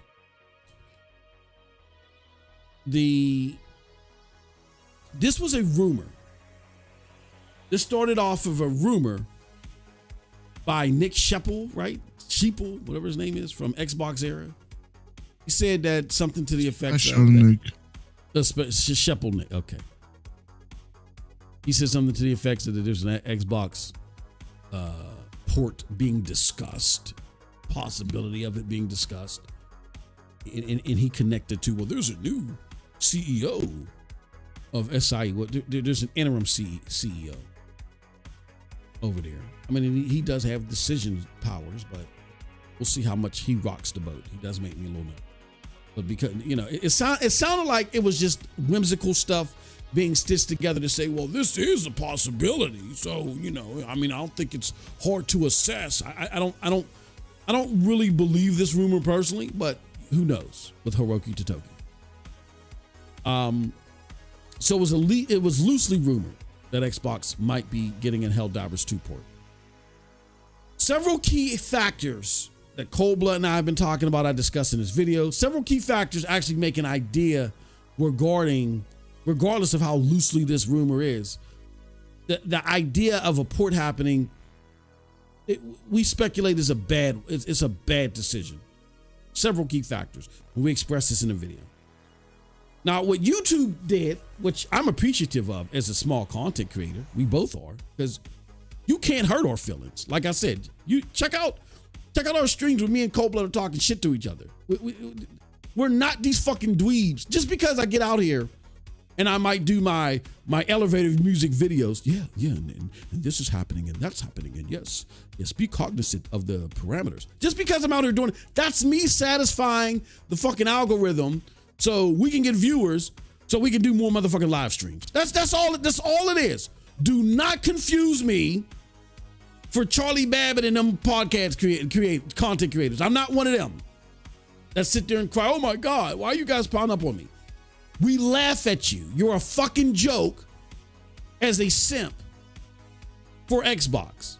PlayStation is our preferred platform as far as consoles are concerned, and we don't even simp for them. We're not out here tap dancing over this PlayStation 5 Pro. We talked about Rise of Ronin ain't, not being worth the squeeze at $70. We talk shit on PlayStation all the time here. But you fucking simps that came to that video because you are actually Xbox gamers who don't have a PC that can play this game, but you're frauding and capping like you are. We just want more players. No, you're capping because you want to get over there. You want to play the game and you can't. Because you double down on the fill box and all you're getting is 964p. It's your problem. So please don't get it twisted. I see the analytics. The people that are coming over to that video were people that heard me doing my elevator music video and thought I was a simp like them and was talking shit. And we racial. Let's look at some of these dumbass fucking comments. Let's look at them. Let's look at this shit. There's one in particular. There's one guy. Okay, so one person says, down with the console wars. This other guy says, never owned an Xbox, but I hope Helldivers goes on Xbox and stop these stupid console exclusives, which at the end only hurt players. The favoritism is just childish, says this person. Who cares? Stop segregating consoles and let people enjoy a good game together, right? I tell this motherfucker I don't run Sony, so I'm not segregating anything. Plus, Xbox said themselves, Xbox is every screen, right? So grab a fucking PC and play Helldivers 2, all right? And this person, your argument has no grounds. Says Helldivers 2 isn't a console seller. Like, where's the stats that prove that? Where's the stats that prove that? How do you know that people didn't either look at Helldivers 2 singularly or look at the entire lineup and say, oh shit, I can't play that on PC because I can't get a PC. I can't afford that. My only choice is a console. I'm getting that fucking, I was just watching a show where because it's been so abysmal on fucking Xbox, you had a bunch of Xbox people talk about, okay, this is the final straw. Me not being able to play Helldivers right now is unacceptable. I'm turning in my PlayStation. I'm turning in my Xbox and I'm getting a PlayStation. You just seen that from a bunch of people. Hold on one second.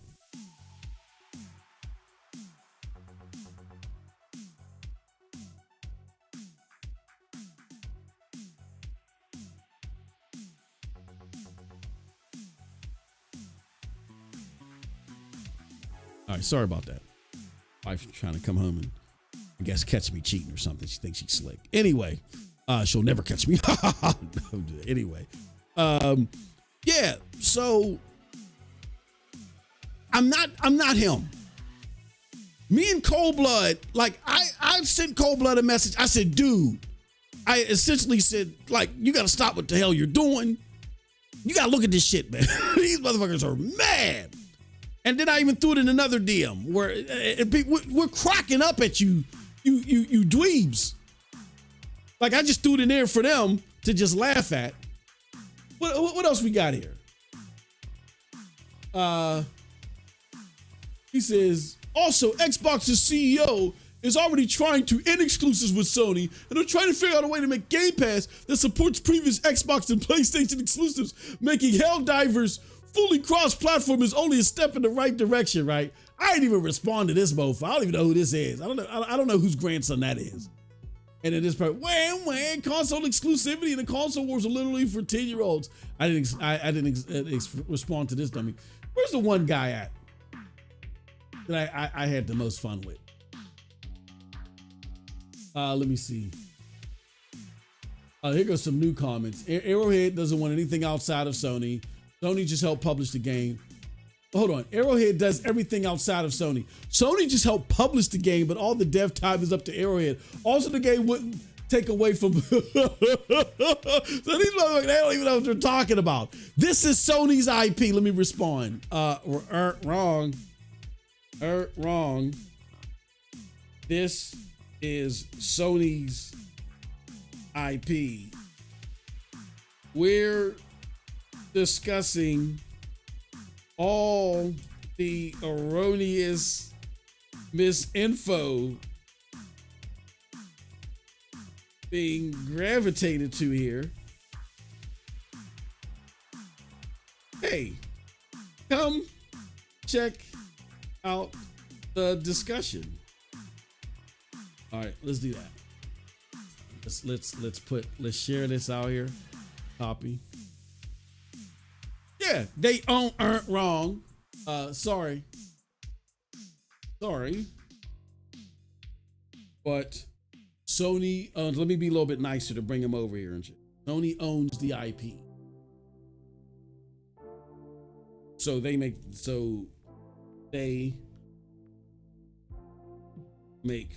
the decisions.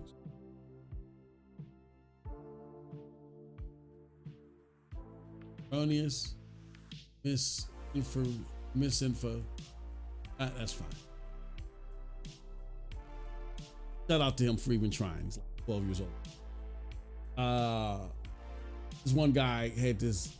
Oh, since you asked me, and I thought at the end of the video I'll oblige. The game isn't a PlayStation 5 exclusive, blah, blah, blah, blah. I said, man, I'm a true fan of this game because he questioned if I'm a fan of this game. This game has taken over Division 2. I haven't touched Division 2 since this game came out, which y'all know is like unbelievable for me. Like I have 5-hour streams on MM2K Gaming streams. I have like 5-hour streams of this game. As a true fan, I know parallel development for a console with declining market saturation during a time when the devs admit it's already hard enough for them to maintain the game is asinine. It's simple resource management. Now, there's just so many people that, hold on. There's one guy here that I really had a lot of fun. Oh, yeah. This guy right here. He was going on and on and on. Man, where yeah, so more replies. Okay. Whatever. Ain't no we'll agree to disagree. Kiss my ass. So yeah, and he's trying to run this whole gambit about me being a console fanboy. I said, look, brother, it don't matter if you care or not. And when I say about, he said, I don't, let me read what he said real quick. He says, again, I don't care if Xbox is third in sales. I just don't get the fanboy thing. I said, it don't matter if you care or not. You don't run a game studio and have to manage resources. They do. Labels like fanboy don't apply here, my friend. I'm a cloud gamer and my favorite place to game is GeForce Now. You clearly don't watch the content, but despite my bias, I know what makes business/brand sense. So then he wants to disengage. Well, we'll agree to disagree with your take. It's all good. Yeah, right. But what did he say? Yeah, I've been playing no games daily on Xbox for over 20 years. This is so silly. Yeah, whatever. So, yeah, you came to the right one. You gave us endless entertainment. Like I was at my work/second job laughing my ass off. Look, simply put, it doesn't make sense to make a port for a platform where we just discussed that they lost 31% year over fucking year in hardware. What are you dodo birds talking about? What are you doofuses talking about? Who is your supplier? And how much fentanyl is he putting in your shit? Because your body's still moving, but apparently your brain is dead. There is no plausible excuse or reason for this game to be brought to a console that's lost 31% in hardware year over year.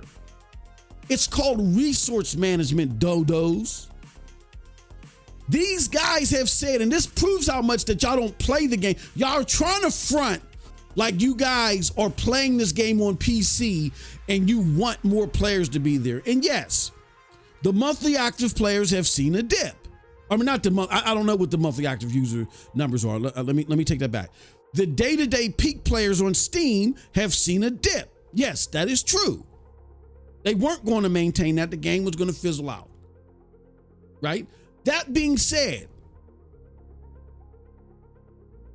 they are, even at that rate, even at this current pace, they are telling you the thing that makes you grind in the game, that makes you keep booting it up and playing it. For you Mensa candidates that don't even play the game, your Xbox losers that can't access any other way of gaming. That's the way, and you want to vent your frustration here because you made the wrong choice. All right. Clearly, PlayStation is kicking ass. You don't have the resources, or you're too stubborn to expand what you play on. So therefore, you're mad because PlayStation is doing their job, making sure that their box stands out over the other ones, because that's how their business survives. That's how any console survives. They don't survive being a PlayStation, being a Salvation Army, all right? Being the Red Cross. They don't survive that way. It's not their job. Gaming is not a right. Like when the disaster strikes and shit, they don't come down with food rations, oatmeal, peanut butter, and fucking video games. Like, gaming is not a right for you. It's a form of entertainment that costs money to make. Gaming right now is one of the most expensive expenditures out there in entertainment. And there's a lot of money that can be made. And it's a business. So, and it's a form of entertainment. It's not a need. I know a lot of people rely on gaming and they get hurt, they get sick, psychologically, whatever the case may be. I get it. But anybody that makes a game or makes a platform, it is not your right. You don't have an over astounding right to have access to what they make. You have to buy it, or you have to engage in it in the way that they set forth.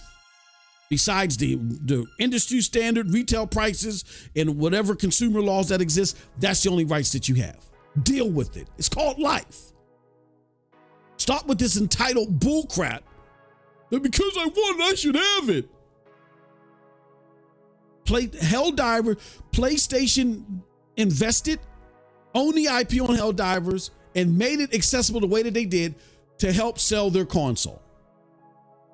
Y'all weren't talking this crap last year when y'all were like, well, look, that's PlayStation's fault. Jim Ryan is a crybaby. Hold on. Remember this? Jim Ryan is a crybaby because he's fighting to keep Call of Duty multiplat. Remember when multiplats, crying for multiplats was dumb? When Jim Ryan was doing it? And then y'all response to Jim Ryan and PlayStation people was, if Xbox does take Call of Duty and make it exclusive, that's Jim Ryan's fault for not coming up with his own multi-plat or multi-player game. That's y'all's fault for relying so much on Call of Duty. Now that they have a game that's a multiplayer game that's seeing high numbers, they're doing exactly what you said. Now that they're celebrating and they're being rewarded on an approach that's exactly what you told them they should have done instead of being dumb and relying on Call of Duty. Now that they're doing that, now you want to change the narrative. Now it's, these games should be everywhere. They should be everywhere. Oh, in exclusivity, Phil Spencer ended. You're losers. You're all pathetic, simping losers. You can't get the game. You can't get it. I'm playing it. I'm enjoying it. Cold Blood plays it when he wants to. He enjoys it when he does. So what? You can't get it. I don't care. I don't care. If there's a choice of you, the sorry sap, being able to play this game and PlayStation surviving off their business model, I'm going with PlayStation. I could care less if you can't play it. It's not my problem. I can. because I'm not stupid enough to listen to somebody that gets on the stage and just blows a lot of hot air and smoke and mirrors that does not fulfill any of his promises. None of them. That's your fault. You made the wrong choice. Own it up. Suck it up, kiddos. You brats. You dweebs. Na boo boo. Look at you. We got True Virgil in the house. We got Ron Slusher. He says, what do you say? Ron Slusher says, did Ratchet and Clank Apart only sell 2.7 million copies on PlayStation? Asking for a friend. Hey, let me ask you a question, Ron. Did PlayStation lose 31%? Asking for a podcast. Did they go down 31% on hardware? Asking for a podcast. This is the mistake that you guys are making. You think you have an argument chip because you can look at how a PlayStation game sells individually and say, oh, that was a failure, whatever. It doesn't matter what it sells individually. Ratchet and Clank, Returnal, even Forspoken, all of them add to a catalog that makes the PlayStation more enticing than the Xbox. So people buy the PlayStation over the Xbox. Guess what happens? PlayStation makes more money overall. Why? Because they have a better catalog. People want that catalog or access to that catalog versus the catalog of Xbox. And then that's where they go buy their Call of Duty. That's where they go buy their Fortnite. They buy it there. That's where they buy their Roblox. That's where they play their Apex Legends. And PlayStation is soaking up all that money. That's PlayStation's true prize, is the multi-plat money. So they realize, hey, look, we're asking people to buy a $500 box or a $400 box that's only, good for playing games, really? I mean, they can do other stuff, but the point of it is playing games. Why would we need someone to buy our box over that other box so we can reap that money? So the prize is the multi-plat money. And PlayStation lives off the multi-plat money.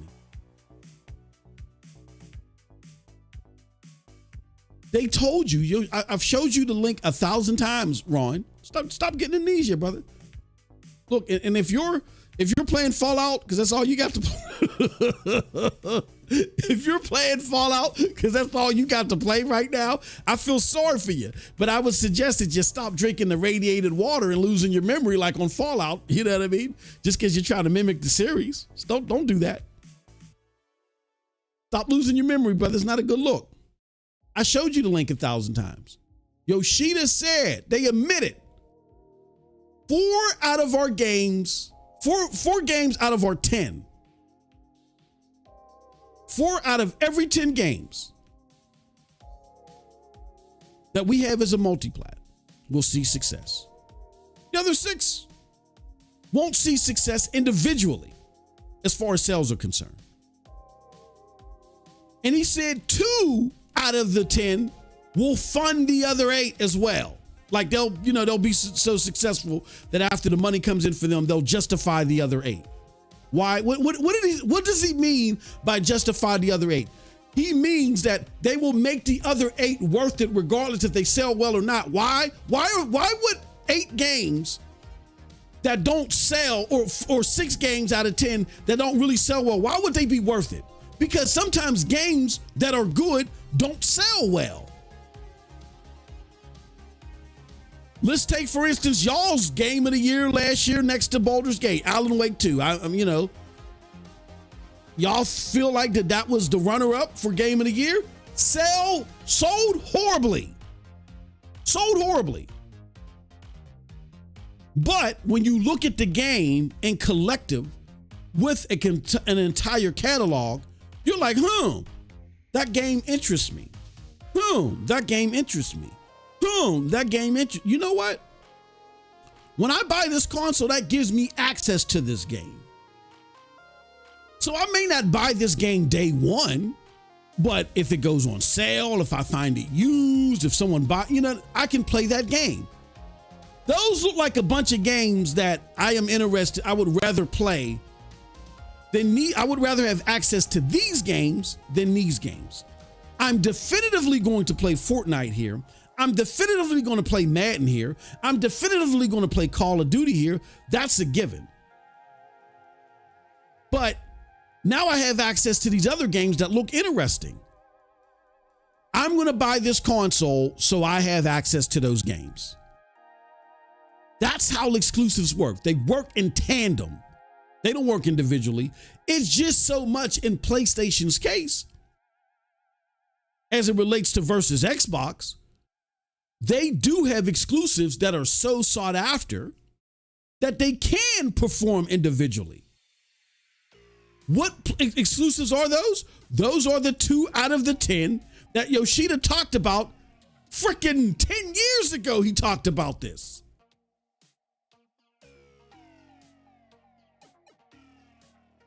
So you talking about Ratchet and Clank numbers, that you missed the point. You don't get the memo. You've lost the plot. What makes these games worth the development is the fact that they build and they bolster the catalog. Hence why you're going to see hardware and money made by PlayStation continue to surpass Xbox. Dare from Tweaktown is trying to boast that Xbox could potentially see more than 20 billion. That's after they bought the #1 publisher in the world. They could potentially see 20 billion by the end of the year. PlayStation saw 20 billion years ago. Don't give me that trash. So Ron Slusher, I need you to stop drinking that radiated water, good brother. It's not a good look. I don't want a thumb growing out the side of your face. I don't want an eyeball too sloped. Stop it. I want your tailbone looking like you walking out here looking like a furry because your tailbone is sticking out 6 feet. Like, get it together, brother. Got to get it together. What else we got here? He says every time a PlayStation gamer buys Call of Duty, the money goes back to Microsoft. Yes, it does. It goes back to Microsoft. But where is 48% of that revenue made? 48% of that revenue made is off of PlayStation. So who needs who? Who needs who? And yes, Xbox is getting a slither of that money. But guess what? It's not because it's exclusive and it's helped bolstering their box. No. They're getting money as a third-party publisher.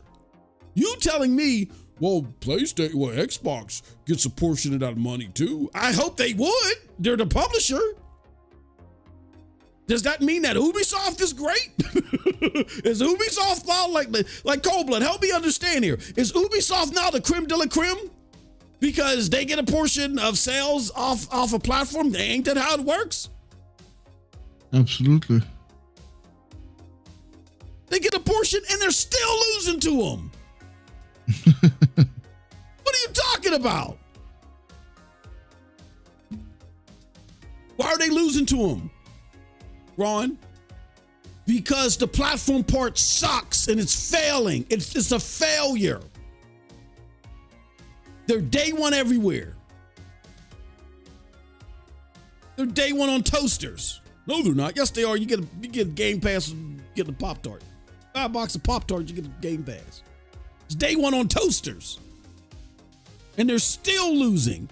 And the only reason why they can even hit the 20 billion club, PlayStation's been part of the 20 billion club. The only reason why they have a potential now is because of ABK games that are sold on PlayStation.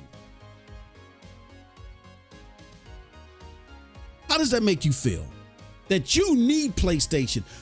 Satya Nadella stood there during that investors call and talked more favorably of PlayStation than he's ever have of the Xbox lineup and their performance. We had seven of the top 25 games on PlayStation, and that made us the #1 publisher. He never talked that brightly about performance when it comes to Xbox games. Never. You would have thought he was Hiroki Totoki, how excited he was. Yeah. That made us the #1 publisher.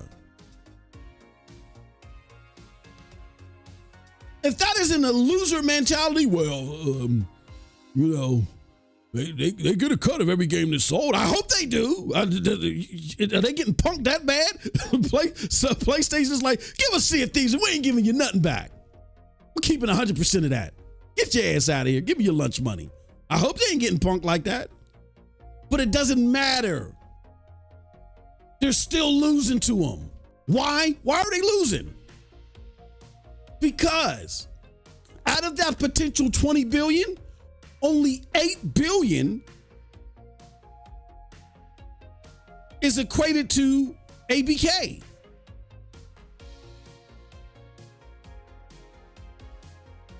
$12 billion is the legacy Xbox business. That means, do you realize, Ron, that in 2018, Xbox was at they made 16 billion in 2018. 16 billion in 2018. Now they're already in Q3. They still got one more quarter to go, but they're on pace to making less money than they did off of legacy Xbox stuff than they did in 2018. Back then, PlayStation been in the 20 billion club. They were at 23 billion. And if my memory serves me right, have yet to lose money year over year. They've been in the 20 billion club and haven't looked back.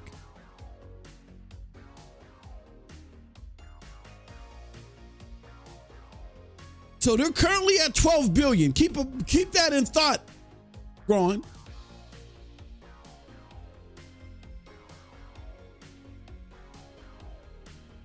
Let me look back at this number. So hold on. They increased their revenue to 5.45 billion, meaning that a huge portion of that 5.45 billion was from ABK. The majority of that was from ABK.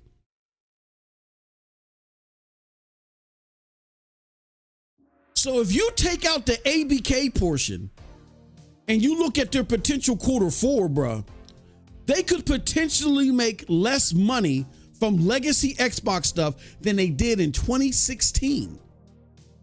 Not 2016, 2018.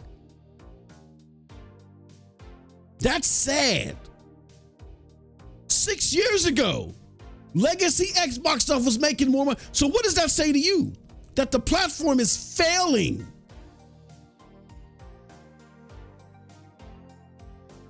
It's failing so bad that with being the largest publisher now, they still can't overtake Sony. That is horrible.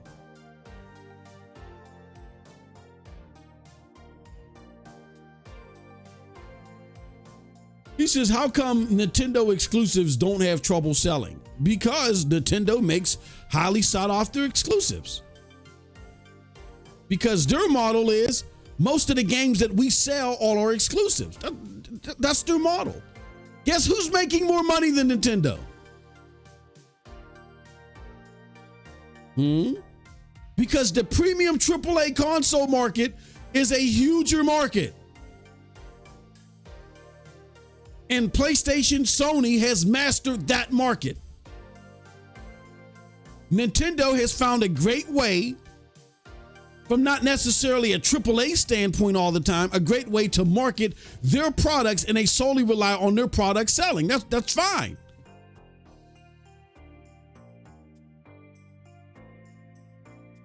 PlayStation is making more money. Nintendo barely makes the 10 billion club at times. And that's fine. They're okay with that. They have lesser overhead. That's fine. They're fine with that.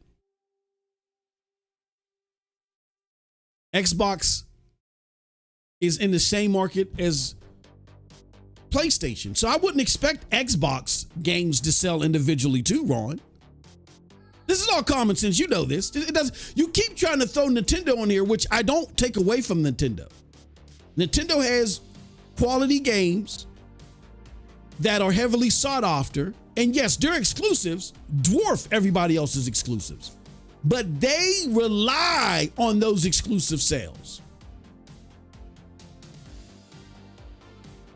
PlayStation relies on its exclusive catalog, separating its box on the AAA market. That's different. That's two totally different business approaches. In order for the, like, for instance, let me give you that same scenario that Yoshida talked about, where PlayStation only needs 4 out of 10 to be viable when it comes to exclusives. Nintendo needs 8 out of 10 because they live and die off of their exclusive sales. It's a totally different business market. Where for PlayStation, they use their exclusives, quality exclusives, innovative exclusives to bring gamers in so they can sell more multi-plats. There's more money in that for them. There's more money in that in the market. Hence why PlayStation is making more money. Again, they're both seeing success with their avenues, the avenues that they're taking. PlayStation is bringing in more money. Nintendo is seeing good margins because they have lower overhead. But the money that PlayStation brings in makes it possible for them to do more things gaming wise. That's why when y'all talk about profit margins and shit like that, I always caution y'all, watch what you're talking about because you don't know what's going on. Yes, having decent profit margins are good, exactly. But even if I have slightly lower profit margins, but I'm bringing in more money, that leads to more investment. That leads to more access and stuff that I have because I'm generating more money. It speaks to the market differently. It speaks to the market way differently when you're bringing in more revenue, as long as your stock price isn't in the shitter.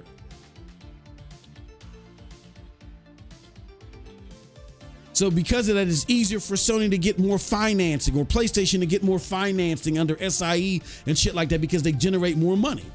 And investors will say they're generating more money. That's more causation for me to get my money back. Where Nintendo just has a really self-reliant model where they're like, okay, we got decent profit margins. We're not making money like them, but we're just going to keep this within our own tight circle. And we'll just reap the rewards of our business model. It's two totally different avenues. So you can't compare the two and say, well, one is doing better than the other as far overall. Or, you know what I'm saying? You can't compare Nintendo's sales on their exclusives and say they sell more exclusives, so they're doing better than PlayStation. No, they're not. They have a different business model that's reliant upon their exclusives.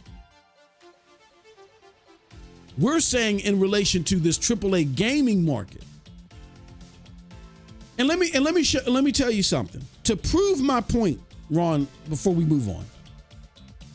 Nintendo was in this market where they sold exclusives and they relied on the AAA money from the multiplats, and they failed.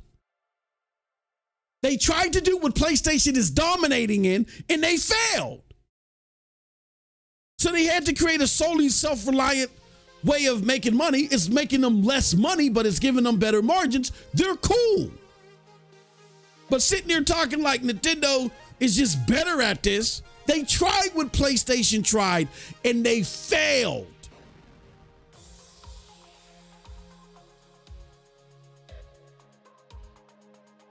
So yeah, you're comparing apples and oranges. Kudos to Nintendo.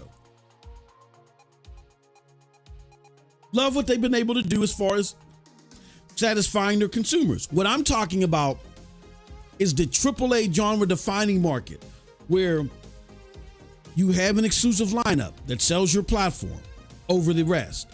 so you can reap the rewards of the multiplats. That's what PlayStation was doing. That's what Xbox was doing. Xbox is failing at it miserably.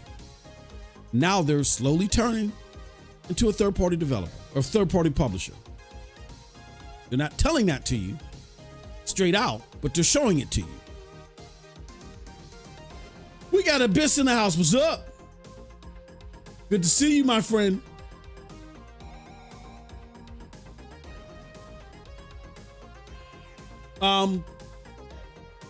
DBZ Extreme says, I wonder what the split is for Microsoft games on PlayStation, 32, 35 more. I think it's different per game. Like, for instance, we already saw with the Activision Blizzard deal that the split is normally 30, 70, but Activision said to PlayStation under Bobby Kotick, no, we want 80 and we're going to give you 20. And it looks like that. And I would surmise they're keeping that deal. They're keeping the 80-20 deal, which is a sweet deal for Microsoft. Yeah, 30% is standard, Sean, but I think the court case showed that, you know, Activision Blizzard did another deal, and I don't see where that deal would have been changed. Ratchet and Clank says Not Your Mother sold 2.7 million as of December 31st, Oh, Jesus Christ.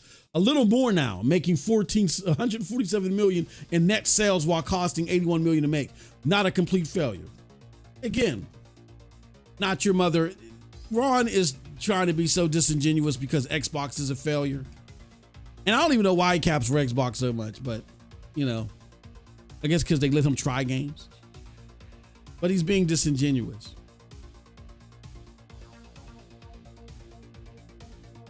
Kudos to Nintendo. Nintendo is good at what they do, but they had to formulate their own lane because they couldn't handle this lane. And it's worked out for them, and that's great. That's great. All right, I babbled enough about this.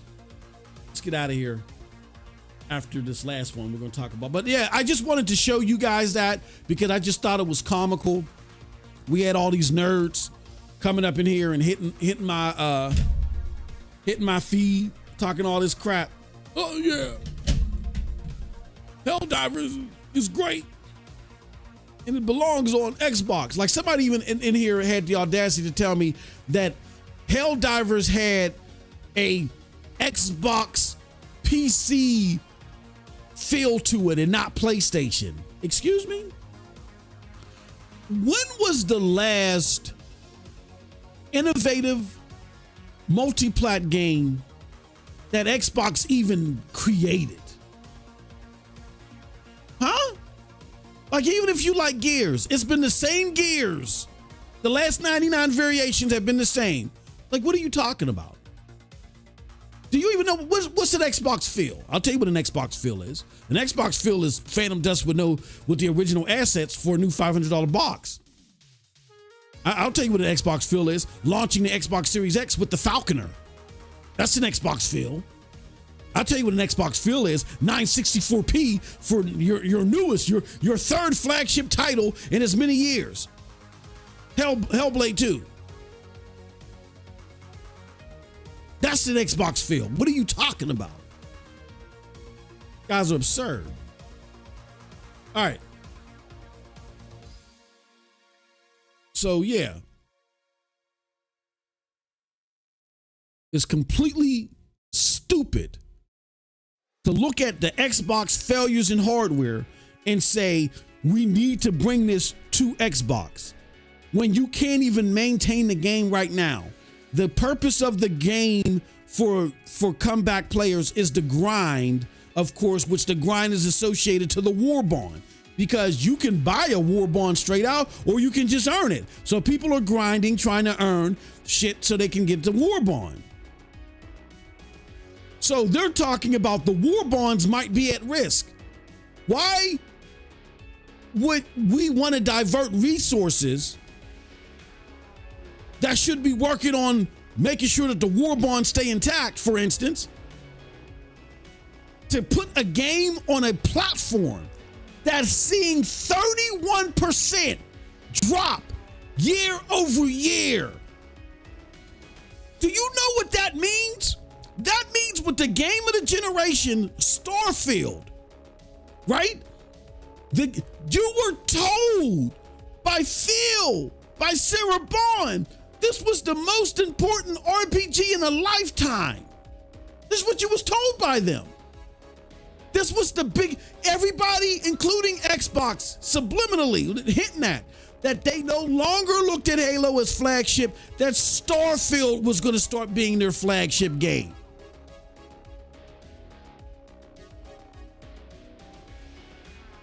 And despite that,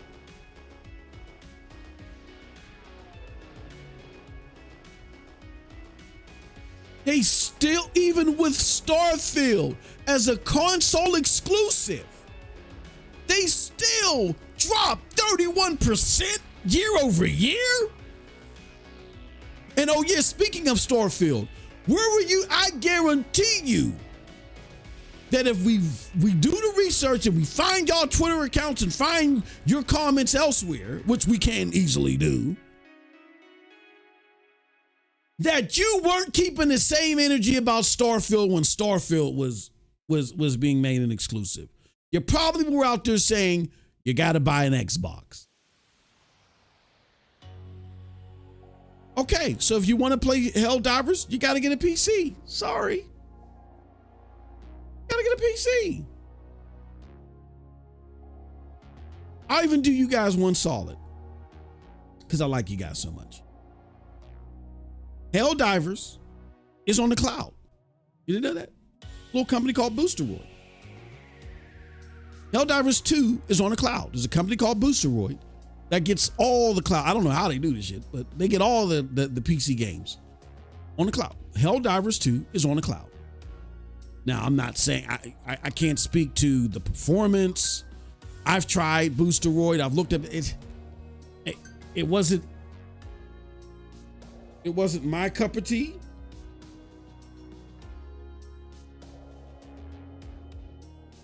But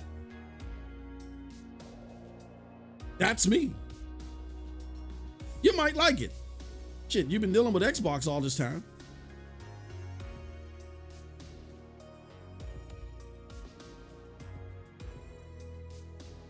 You've been dealing with Xbox all the time, so you're dealing with 30 frames per second, 964p. So what the hell? A little bit of lag or whatever, pixelation. Go play Helldivers there, man.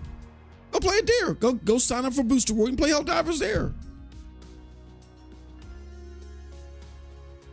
Me, as a fan of the game, it's taken over my game of the last two generations up until Helldivers came out was Division 2. I've played that game day in and day out, pretty much. I play it on every platform that's available. Luna, I got a PlayStation version. I play it everywhere. Everywhere where it's available, I played that damn game. This has completely pulled me away from that game. So I'm heavily invested in the game, maintaining its magic and getting better. I don't want them diverting their resources diverting resources in a state where they're already complaining about they can't maintain the game that it is. Even if there was never an Xbox out there, they can't maintain the game right now. Why would I want them, even if they were going to bring it to the Switch, I don't want them diverting those resources. That's me being selfish. That's not me being a console warrior. That's me being selfish and actually me giving a better suggestion to y'all to just go get it on PC. Trust me, you enjoy it better than if they would have to go and maintain it on Xbox and deal with the bottleneck that the Series S. They got to divert resources that they already don't have. And it's not about making it rain on the server as y'all try to make it seem like. That's just stupid. You can't just throw money at this. You have to have trained people that are experienced with whatever tools that they use to utilize this game. And that takes time to build up. You got to train people to be able to do that. You can't just hire someone, okay, all right, you do this and you do that. They got to understand what they're working with. Development doesn't always work like that. You learn, developers know baseline things to do, but if you got a particular program that works in a certain way, they got to know how that program works. They got to understand how to operate in the engine and all that stuff. So people have to be trained. So it's not just a matter of, oh yeah, well just throw a bunch of money, just throw a stack of money on it. Make it rain on the servers. That's stupid. And a lot of you doofuses that can't see the forest from the trees, you're stupid too. It's just time to call it out. You're dumb too. You're getting a lesser game if you have that proposal. It's better. Now, if they had a gazillion people over at Arrowhead, the game was just doing just fine, you know what I'm saying, and they had enough coverage for it, I would think it would be a waste of resources, but I wouldn't think it would be dire. I'd be like, oh, that's a waste of resources. You're not really gonna benefit from it. But if you want to put it on Xbox, go ahead, and you're gonna get a hit with your brand too. Because this is something that makes the console stick out. But if you want to do it, go ahead. But they don't have the resources to maintain the game as it is. Wake up. All right. We're done with that. Finally. Freaking dweebs. All right, let's talk about Stellarblade. Then we're out of here. Stellarblade, the latest PlayStation 5 exclusive, is getting very good reception on the game-related aspects. It received the 82 meta and an 83 open critic so far at the time of this recording. Though some people feel the applause is hypocritical because of the reception towards Starfield, which is rated very close to Stellarblade. This game bolsters up an already critically acclaimed lineup for 2024 as it relates to PlayStation, where the other platforms have not fared so well to this point. So Cobla, I don't know if you're still there. Cobla, did Discord knock you out again? Are you still there? No, I'm still here. Okay.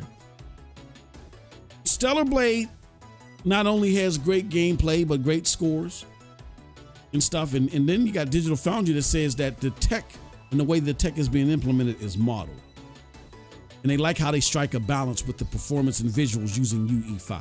So my question to you is, would you rather have devs try the same approach and just use UE4? I mean, did I say UE5? They use UE4. Would you rather have devs this gen do what was done, try to make a visually good looking game, great performance, as illustrated in the Digital Foundry, or are you more open to these devs taking this risk with UE5 despite there being a hit in graphics, resolution, and frames? I won my 964 blade, bro. Me too. I'm right there with you.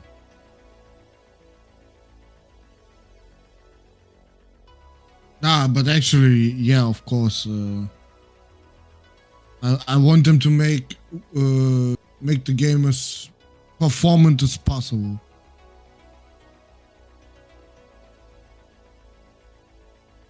You're playing Stellarblade, ain't you? No. Oh, I thought you were. I was about to say, I don't blame you. Because we're about to get out of here. I'm still waiting to stream this shit. This is him being nice. He must be tired. This is him being nice, because normally he wouldn't have put it that way. All right. A couple more questions and we're out of here. What do you say to people who think it's unfair to say Stellarblade is great at an 82, but Starfield is a failure at 83 Metacritic? What do you say to those people who think that way?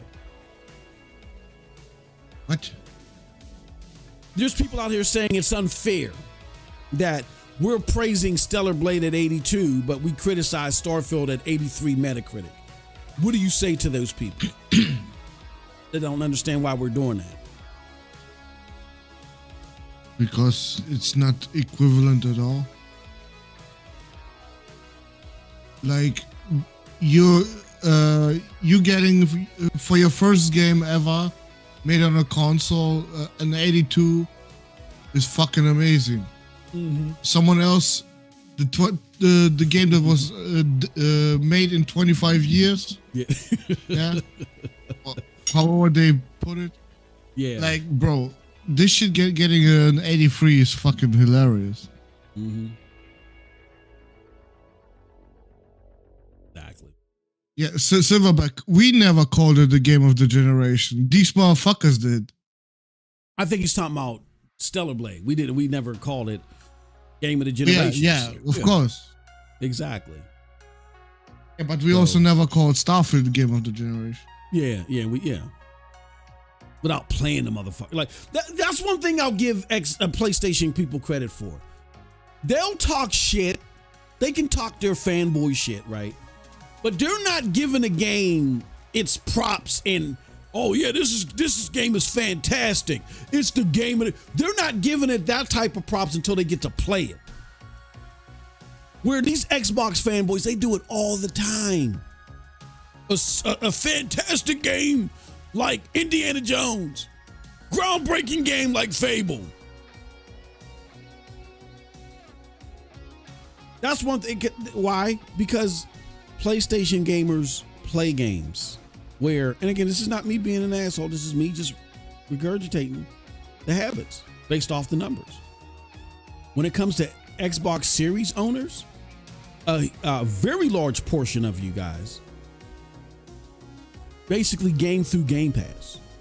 You can see it in the sales when it comes to multi-plat games that are not on Game Pass. They're very low. Their biggest playtime is on Netflix and Paramount. Yeah.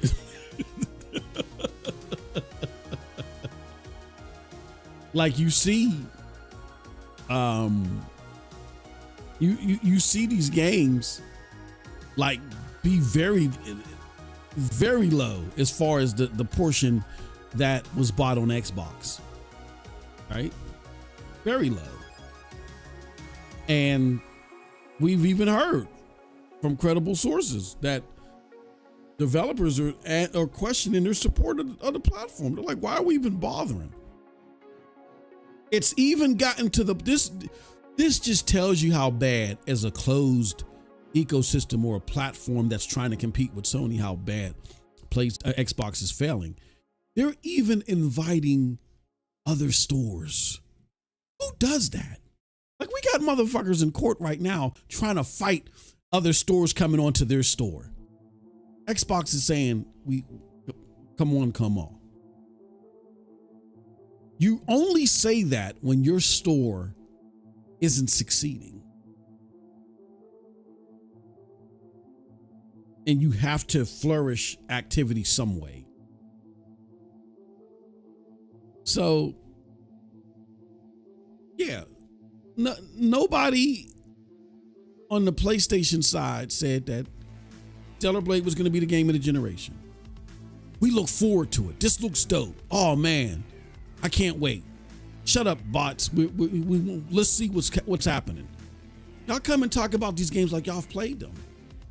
And then when y'all have played them, y'all cap for them. Like Redfall. Like the cap for Redfall just said it all. I don't believe you bots. The cap for Redfall said it all. Then when the industry called you out and said, why are you saying this game is great? Well, I mean, I was playing it on PC. I didn't know it was a PC. I didn't know that was the Xbox Series X. I didn't know. And I know it was the Xbox. I would have said it wasn't great. I thought it was great. But now that it was on PC, it's no, I can't accept that. The game was trash anywhere. PC, Xbox, napkin, it don't matter where the game was played or even seen. It was trash.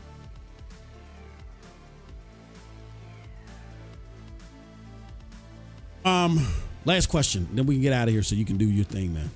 This game has led to one of the best 4 months as far as exclusivity in PlayStation. I'm not going to say the best, say one of the best, in my opinion.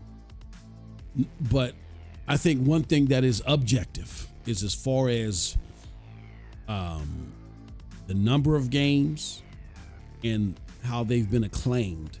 There has been no other platform this year around the same time that has been able to do anything remotely close.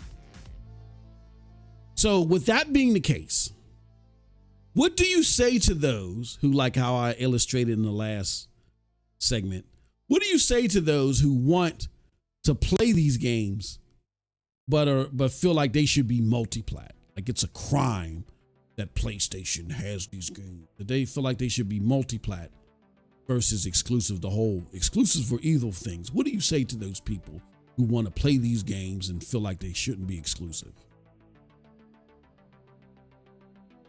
Remember that meme with Senua and just buy an Xbox? Yeah. They just do the same for PlayStation. Just put PlayStation there.